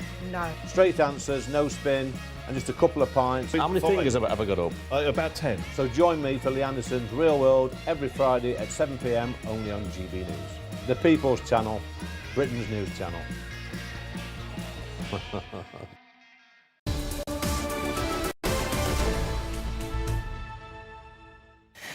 Welcome back to Britain's Newsroom with Charlie and Miriam on GB News. We're joined in the studio, back again this hour, the GP and writer, Dr. Renee Hunterkamp, and the political commentator, Jonathan Liss. Welcome back to you both. How are you? Good, Very well, thank you. Nice hour away in the green room. Lovely, lovely. What was it like in there? I went to Gale's to get a sausage roll and then we just gossiped. Yeah, brilliant. Yeah. And I won't go because it's raining. OK, so you spent a lot of time reading the newspapers, getting ready for this this slot as well, then? I did. Absolutely professional. Gossiping at the cafe. Honestly, ludicrous, the people we get in here these days, honestly. Breaking news. Shall we start with some news, Jonathan? Yeah, We're going to go to the Telegraph. The front page, in fact. Right. There's a big controversy about cousin marriage. Yeah. Cousin marriage because the NHS Hospitals Trust, this is in Bradford, has recruited a specialist nurse to support families where parents are close relatives. Close relative marriage, neonatal midwife. Now, Bradford obviously has a big problem with this, has done for many years. Now, there's a big discussion at the moment about changing the law to outlaw cousin marriage. It seems as though the state is sort of adapting to it rather than trying to stop it from happening. OK, so if we just focus on this story in particular, I believe that the purpose of the NHS, one of the purposes is to address the world as it is, not necessarily as you'd like it to be. And clearly, if you have people who, rightly or wrongly, have got themselves into this situation, and you have children who are completely blameless, no child is at fault for anything, then clearly we need people in the NHS who can deal with it. And there are going to be problems associated with this particular issue. And so I don't think that it's for the state to say, well, this is morally wrong, therefore we're not going to help you. In the same way that people who take drugs, which is illegal, and the people who can be drug addicts, they're also treated by the NHS because the NHS is not there to say, well, you've broken the law or you've done something that we don't approve of, therefore you're not getting help. So I think that's the main issue there. So I see no problem with this, basically, whatsoever. Do you think that's fair, Renee? We need both, don't we? We need to care for children who've been born with abnormalities, but we also need to think about how we address this problem going forward. Of course we do, and we have consultant paediatricians to do that. It's what the paediatrics department is for, literally, to deal with children that have these disabilities. So why we need to divert money into a nurse to specifically focus on it, in my opinion, is because we are trying to normalise this, and we shouldn't be normalising it. We should be banning first cousin marriage. We know that 15% of these children will be born with terrible, awful disabilities. I have seen these children because I've worked at the Homerton and I've worked at Newham General, where there is a big Bangladeshi community where this happens. These children sometimes never go home. The parents go home and have more children with more disabilities, but the children stay on the wards. It is an absolute disgrace. And the reason that they are not grabbing this and banning it is because they are worried about the Muslim vote. I am not allowed to marry my brother because if I did, my children would probably be disabled or could be. It's exactly the same thing. It's time to ban it. So all of these people saying, oh, come on, we don't legislate for this kind of thing. Yes, we do. I'm not allowed to marry my brother. Yes, but you're not allowed to marry your sister either. There's no possibility of having a child with her. And so the law isn't... Well, that's not true. Lots of lesbian couples have children, Jonathan. Not with each other. Not with each other. It's a wonderful biology lesson. I'm not allowed to... If I had a brother, I wouldn't be allowed to marry him either. Look, so what I'm saying is the law is built actually on morality over protecting children, because then you'd be allowed to marry... No, it's not true. Well, but it is, because it's incest. It's not about having... The laws about incest are about stopping... it's about enforcing societal norms, not about protecting children. That's not true. Well, that's why... the example I just gave, you're not allowed to, sort of marry someone of the same gender. For the reason... you are allowed to marry someone who's related. I feel as though we might be losing the mark here a touch. Jonathan, you said rightly or wrongly. I mean, at some point, Britain has to face up to that debate, rightly or wrongly, about cousin marriage. OK, so the point is, in much the same way that about drugs, for example, I don't think that putting people in the criminal justice system is the right answer for this. The implication of banning something is that if you do this, then you're going to go before a court.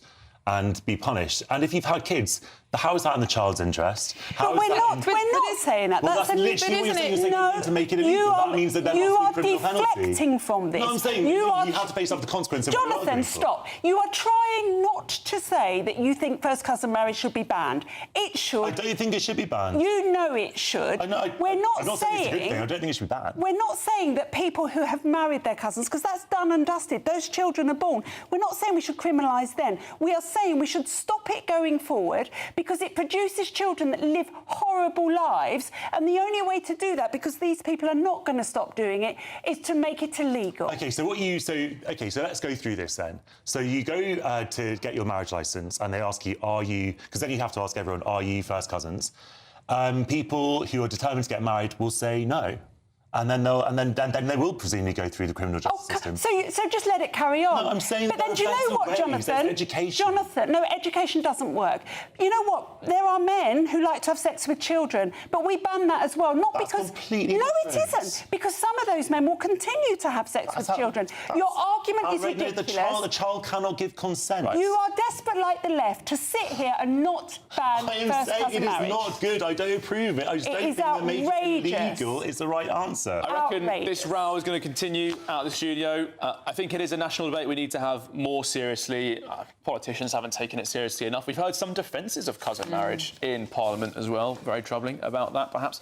And we have reached out to the Bradford Teaching Hospitals NHS Foundation Trust for comment on this story. We'll bring you that when we get it. Well, thanks to our panel. You can go and cool down now while we get our 60-second news update with Sophia Hill.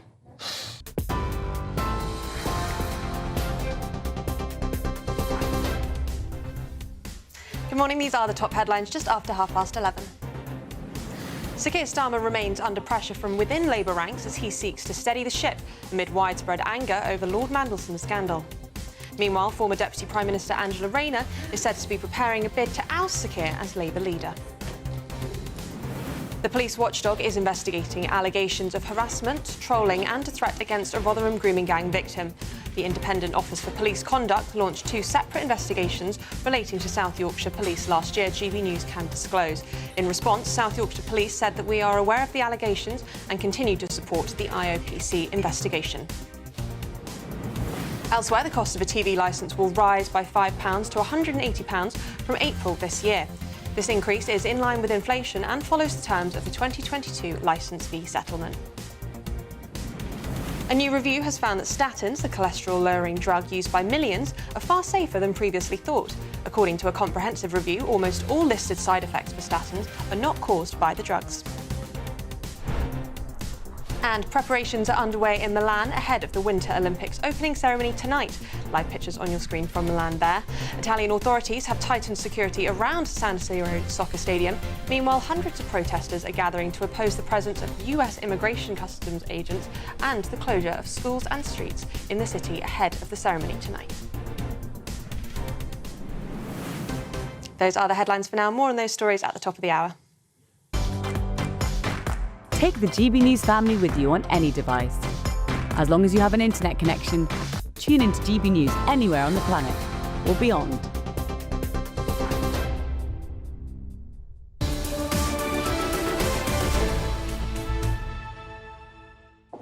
Welcome back to Britain's Newsroom. And coming up at noon, we've got Good Afternoon Britain with Tom and Dawn. They're with us in the studio. Hello. What's coming up on your show? We have got a brilliant show, I have to say. We've got a brilliant exclusive. It's a really big one. We can't tell you any details yet. You'll have to tune in, but you really don't want to miss it. It involves Mark White. There's a bit of a... It involves Mark White.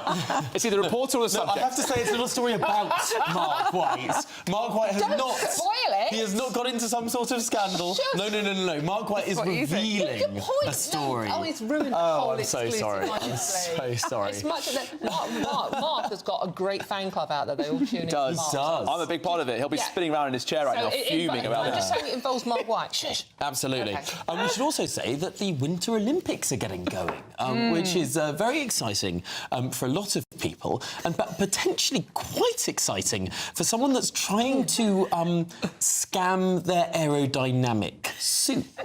I'm not sure how much we can say on daytime television about how the aerodynamics has been this one doesn't involve Mark White, does it? No, it doesn't. No. It doesn't. But it does involve enlarging a certain area of this athlete's body. Yeah. We're going to be explaining this on a whiteboard. Oh, no, we have a whiteboard. You have a whiteboard. And you'll be going into a wind tunnel, or...? I won't be going into a wind tunnel, although I have to say I've got no problems there. No. Right. Fabulous. Well, I thought it was a story about surfing. Minutes past 11. You're speechless, Charlie. I look forward to... I can't wait for Good Afternoon Britain. I'll be tuning in. Right.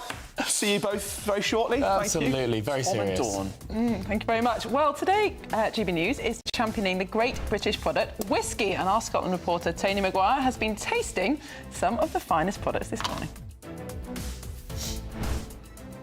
Yeah, we're here at Glenturret Distillery celebrating the upcoming International World Scotch Whisky Day, and but we've had some fun today, and it's time to have some of the difficult conversations like this. How much tax do you think was on a bottle of whisky? 50, 60, more? Find out after the break. Yes, it's time for your latest weather update from the Met Office here on GB News. Another wet one for most places today. Still quite a cold wind blowing in off the North Sea. It is turning a little brighter in the south and parts of western Scotland. Again, doing okay for dry and bright weather. But for most of us, low pressure means more cloud and further outbreaks of rain. We've seen some hill snow across the Pennines. That's turning more and more to rain, but still some snow falling over the tops of the mountains in parts of eastern Scotland. Some of the higher routes here still being affected by that, but turning again here also more to rain. Bands of rain moving northwards, something a little bit brighter across parts of the south where we might reach 11 or perhaps even 12 Celsius in one or two places, but certainly feeling cold on these North Sea coasts with the rain and that persistent and fairly nagging wind. As I mentioned, something a bit drier and brighter across the south into this evening. Still a few showers here and there, but generally, I say, brightening up a little bit, but staying wet over North Wales and Northern Ireland. Met Office yellow warning in place here. Expecting some further disruption. Stays wet too across northeast England. Further snow on the tops of the mountains. But again, with that easterly wind, it's western Scotland doing best for a bit of shelter. As we go through the night, not a great deal of change. This main zone of rain pushes northwards, the snow turning more and more to rain over the hills of eastern Scotland. But then another zone of heavy showers comes into parts of the southwest, something a little bit drier in between, maybe some clearer skies. That easterly wind becomes confined to eastern Scotland. Slight change in wind direction over northeast England. Temperatures mostly holding up a little bit above freezing. Into the weekend, it's a messy mix. Again, western Scotland probably doing okay for dry and bright weather. Eastern Scotland stays soggy. And for the rest of us, it's a case of some dry and bright spells, but also more showers. You can see the low pressure there. Just spinning showers up and down the land. Some heavy, some brighter spells in between. Bye for now. You want to know what's really going on in the corridors of power? Labour don't know what to do with you half the time, and that makes you quite lethal in the chamber. Get behind the headlines with Chopper's Political Podcast. Join me, Christopher Hope, as I sit down with the great and the good of British politics. We'll see where this ruling takes us. These are the stories shaping our nation. Chopper's Political Podcast, available now on all platforms. Listen in and stay ahead. Decisions made in Washington aren't just shaping America, they're shaping Britain too. From migration to global security, from crime to health. Whatever happens in the White House today will be felt in your town or city tomorrow. That's why The Late Show is live from Washington, D.C. Cutting through the politics to show you what it all means for Britain. The Late Show live every night at midnight. Only on GB News, Britain's news channel.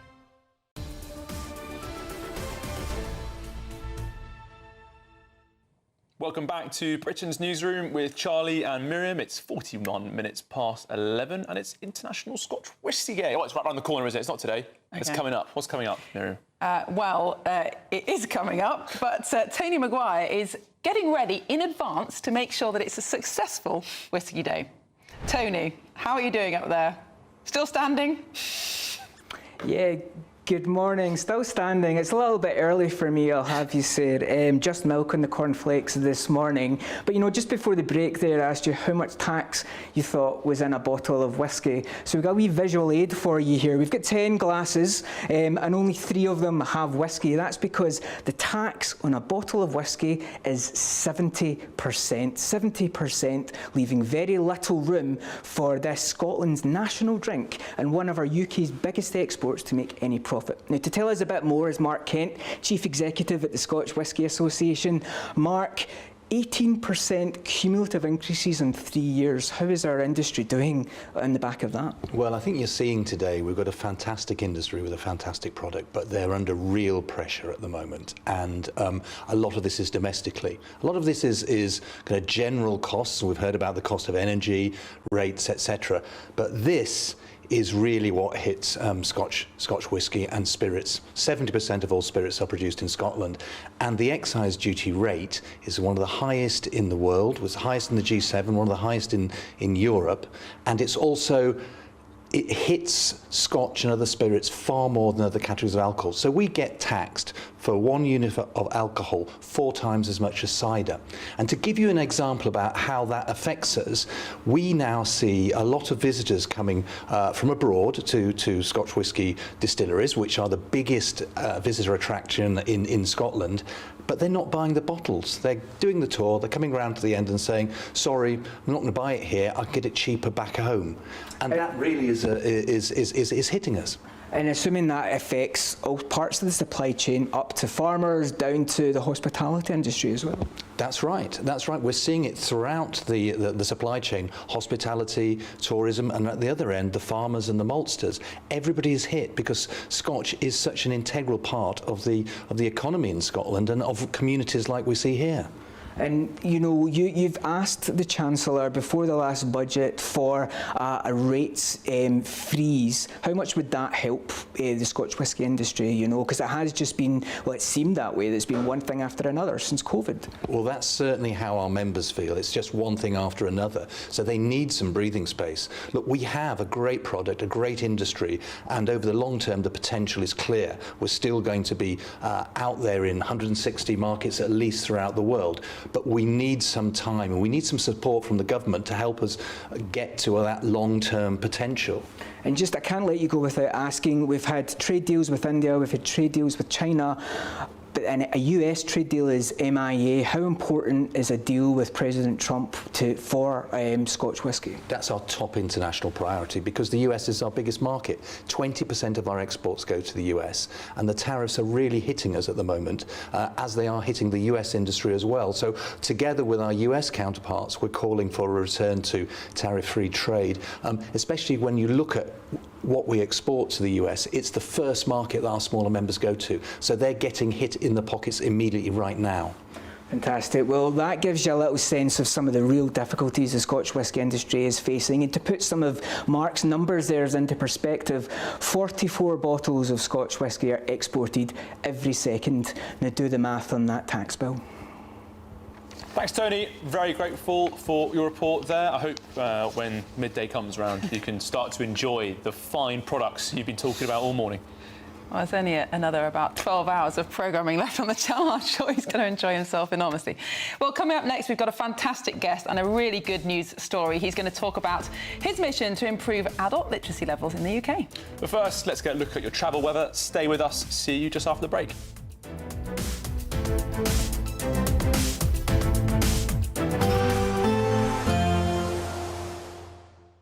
You're looking happy. Well, the forecast looks good. So you've sorted the travel insurance then? All Clear Travel Insurance sponsors GB News Travel Destinations Forecast.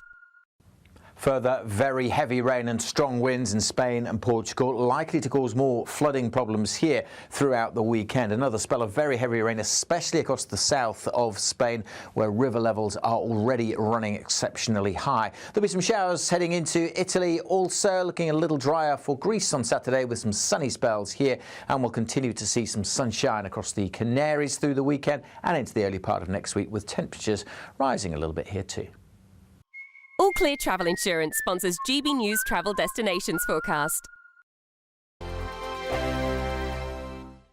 I'm Michelle Dewberry. This is Jubes & Co with you. Hello everyone, Patrick Christie is here. GB News, Britain's news channel. Access the stories that matter to you. Take the GB News family with you on any device. And as long as you have an internet connection, tune in to GB News anywhere on the planet or beyond. GB News, the People's Channel, Britain's news channel. No matter the state it's in, this is our nation. Join me, Jacob Rees-Mogg, for a genuine, honest discussion on where we have been, where we are going, and where we are with the people who set the direction. Tune in to State of the Nation every Monday to Thursday, 8 to 9 o'clock. Only on GB News. Exciting news. Every Friday, my Patrick Christie's Tonight Show is going to have a twist to it. We're welcoming some special guests. You. That's right, on Fridays I'm going to be doing my show in front of a live studio audience because this show is about you and what you have to say. It's going to be the same big debates, same big topics, same big opinions. But every Friday night at 9 p.m, you are invited to come on down to Patrick Christie's Tonight to be a part of the action.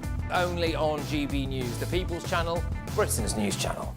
At GB News, we love to hear from you, our loyal community. So drop us a line at gbnews.com/yoursay. There you can talk to each other and also to the presenters live on air. gbnews.com/yoursay, because GB News is your channel, Britain's news channel.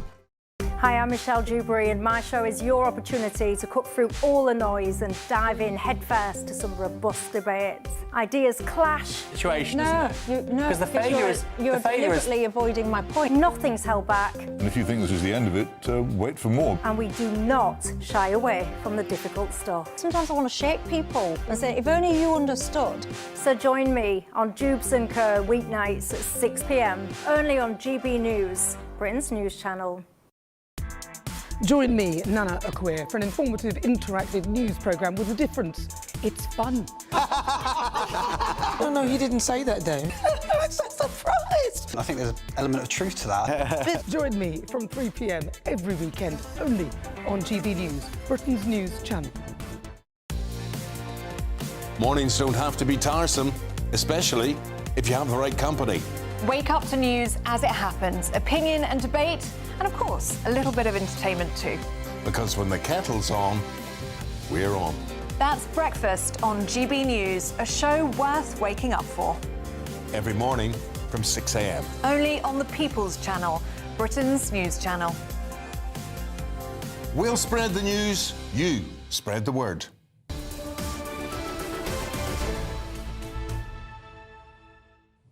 Welcome back to Britain's Newsroom. Now, the Adult Literacy Trust believes that literacy is a right, not just a privilege, and wants every adult to have the chance to gain this critical skill. Well, who better to speak to on this than the trustee of the Adult Literacy Trust, Alex Stevenson, who joins us this morning. Good morning, Alex. What can you tell us about the work your organisation is doing? Morning, Charlie. Yes, absolutely. The Adult Literacy Trust is a relatively new charity. We've been around since 2021. And as you say, we believe that literacy is a right and not a privilege. We're working to ensure that as many adults have the reading skills that they need, because those skills are so vital for life and for work. The way that we are doing that is by deploying specially trained volunteer reading coaches in partnership with adult learning and further education colleges to really make sure that adults get the tailored one-to-one support that they need to improve their skills. Now, we know that children leaving school now have pretty good levels of literacy in this country, but tell us about older adults. What kind of things are they not able to engage with if they are not confident in their reading and writing? Well, yes, you're absolutely right that literacy rates among school leavers are improving, and that's really good news. But there are many adults who, for whatever reason, might have been a little bit left behind through their experience of the educational system. And that means that people can struggle on a day-to-day basis. Things like understanding the dosage instructions on a medicine packet, extracting key information from official letters, maybe struggling to fill in the forms that you need to complete everyday tasks and access local services. Alex, I don't know if you've seen this programme, but a few years ago they put Peter Hitchens in prison for a few days to see what it was like behind bars, and he met a prisoner who could not read, and it was very moving seeing Peter Hitchens speak with this man and exchange with him sort of the beauty of reading, the beauty of literacy. How important is it for keeping people on the right path in life as well? Yeah, absolutely. So there is a particular issue around adult literacy amongst people in prison. That's one place where you will find people who tend to have more adult literacy needs. But that is not the only context. There are millions of adults in England who could benefit from improving their reading skills. So we're not saying that there are millions of people who can't read or write, but it's about improving confidence in those skills. And we know from our volunteers and from our learners that can be absolutely transformational, make a huge difference to people's day-to-day lives. Well, Alex, thank you so much for joining us this morning, and thanks for all the great work you do. It's fantastic to hear such a positive news story. Absolutely. Yeah, thanks. Alex Stevenson from the Adult Literacy Trust. Miriam, it's been a pleasure. We're back again next week, aren't we? And I'm also on tomorrow for Saturday Morning Live. Don't want to miss that. But thanks very much for your time here on Britain's Newsroom. And up next, we've got Good Afternoon Britain with Tom and Dawn. Do stay tuned here on GB News. We're bringing you an exclusive story. We can't speak about it until midday, but it's one you won't want to miss. And we're also asking, how safe is the UK for women and girls? After the horrific story of Rhiannon White last week, we have got the story of Abby Jones this week. And the Prime Minister hanging on to his political career by a thread. Will he last the month? All to come after your weather.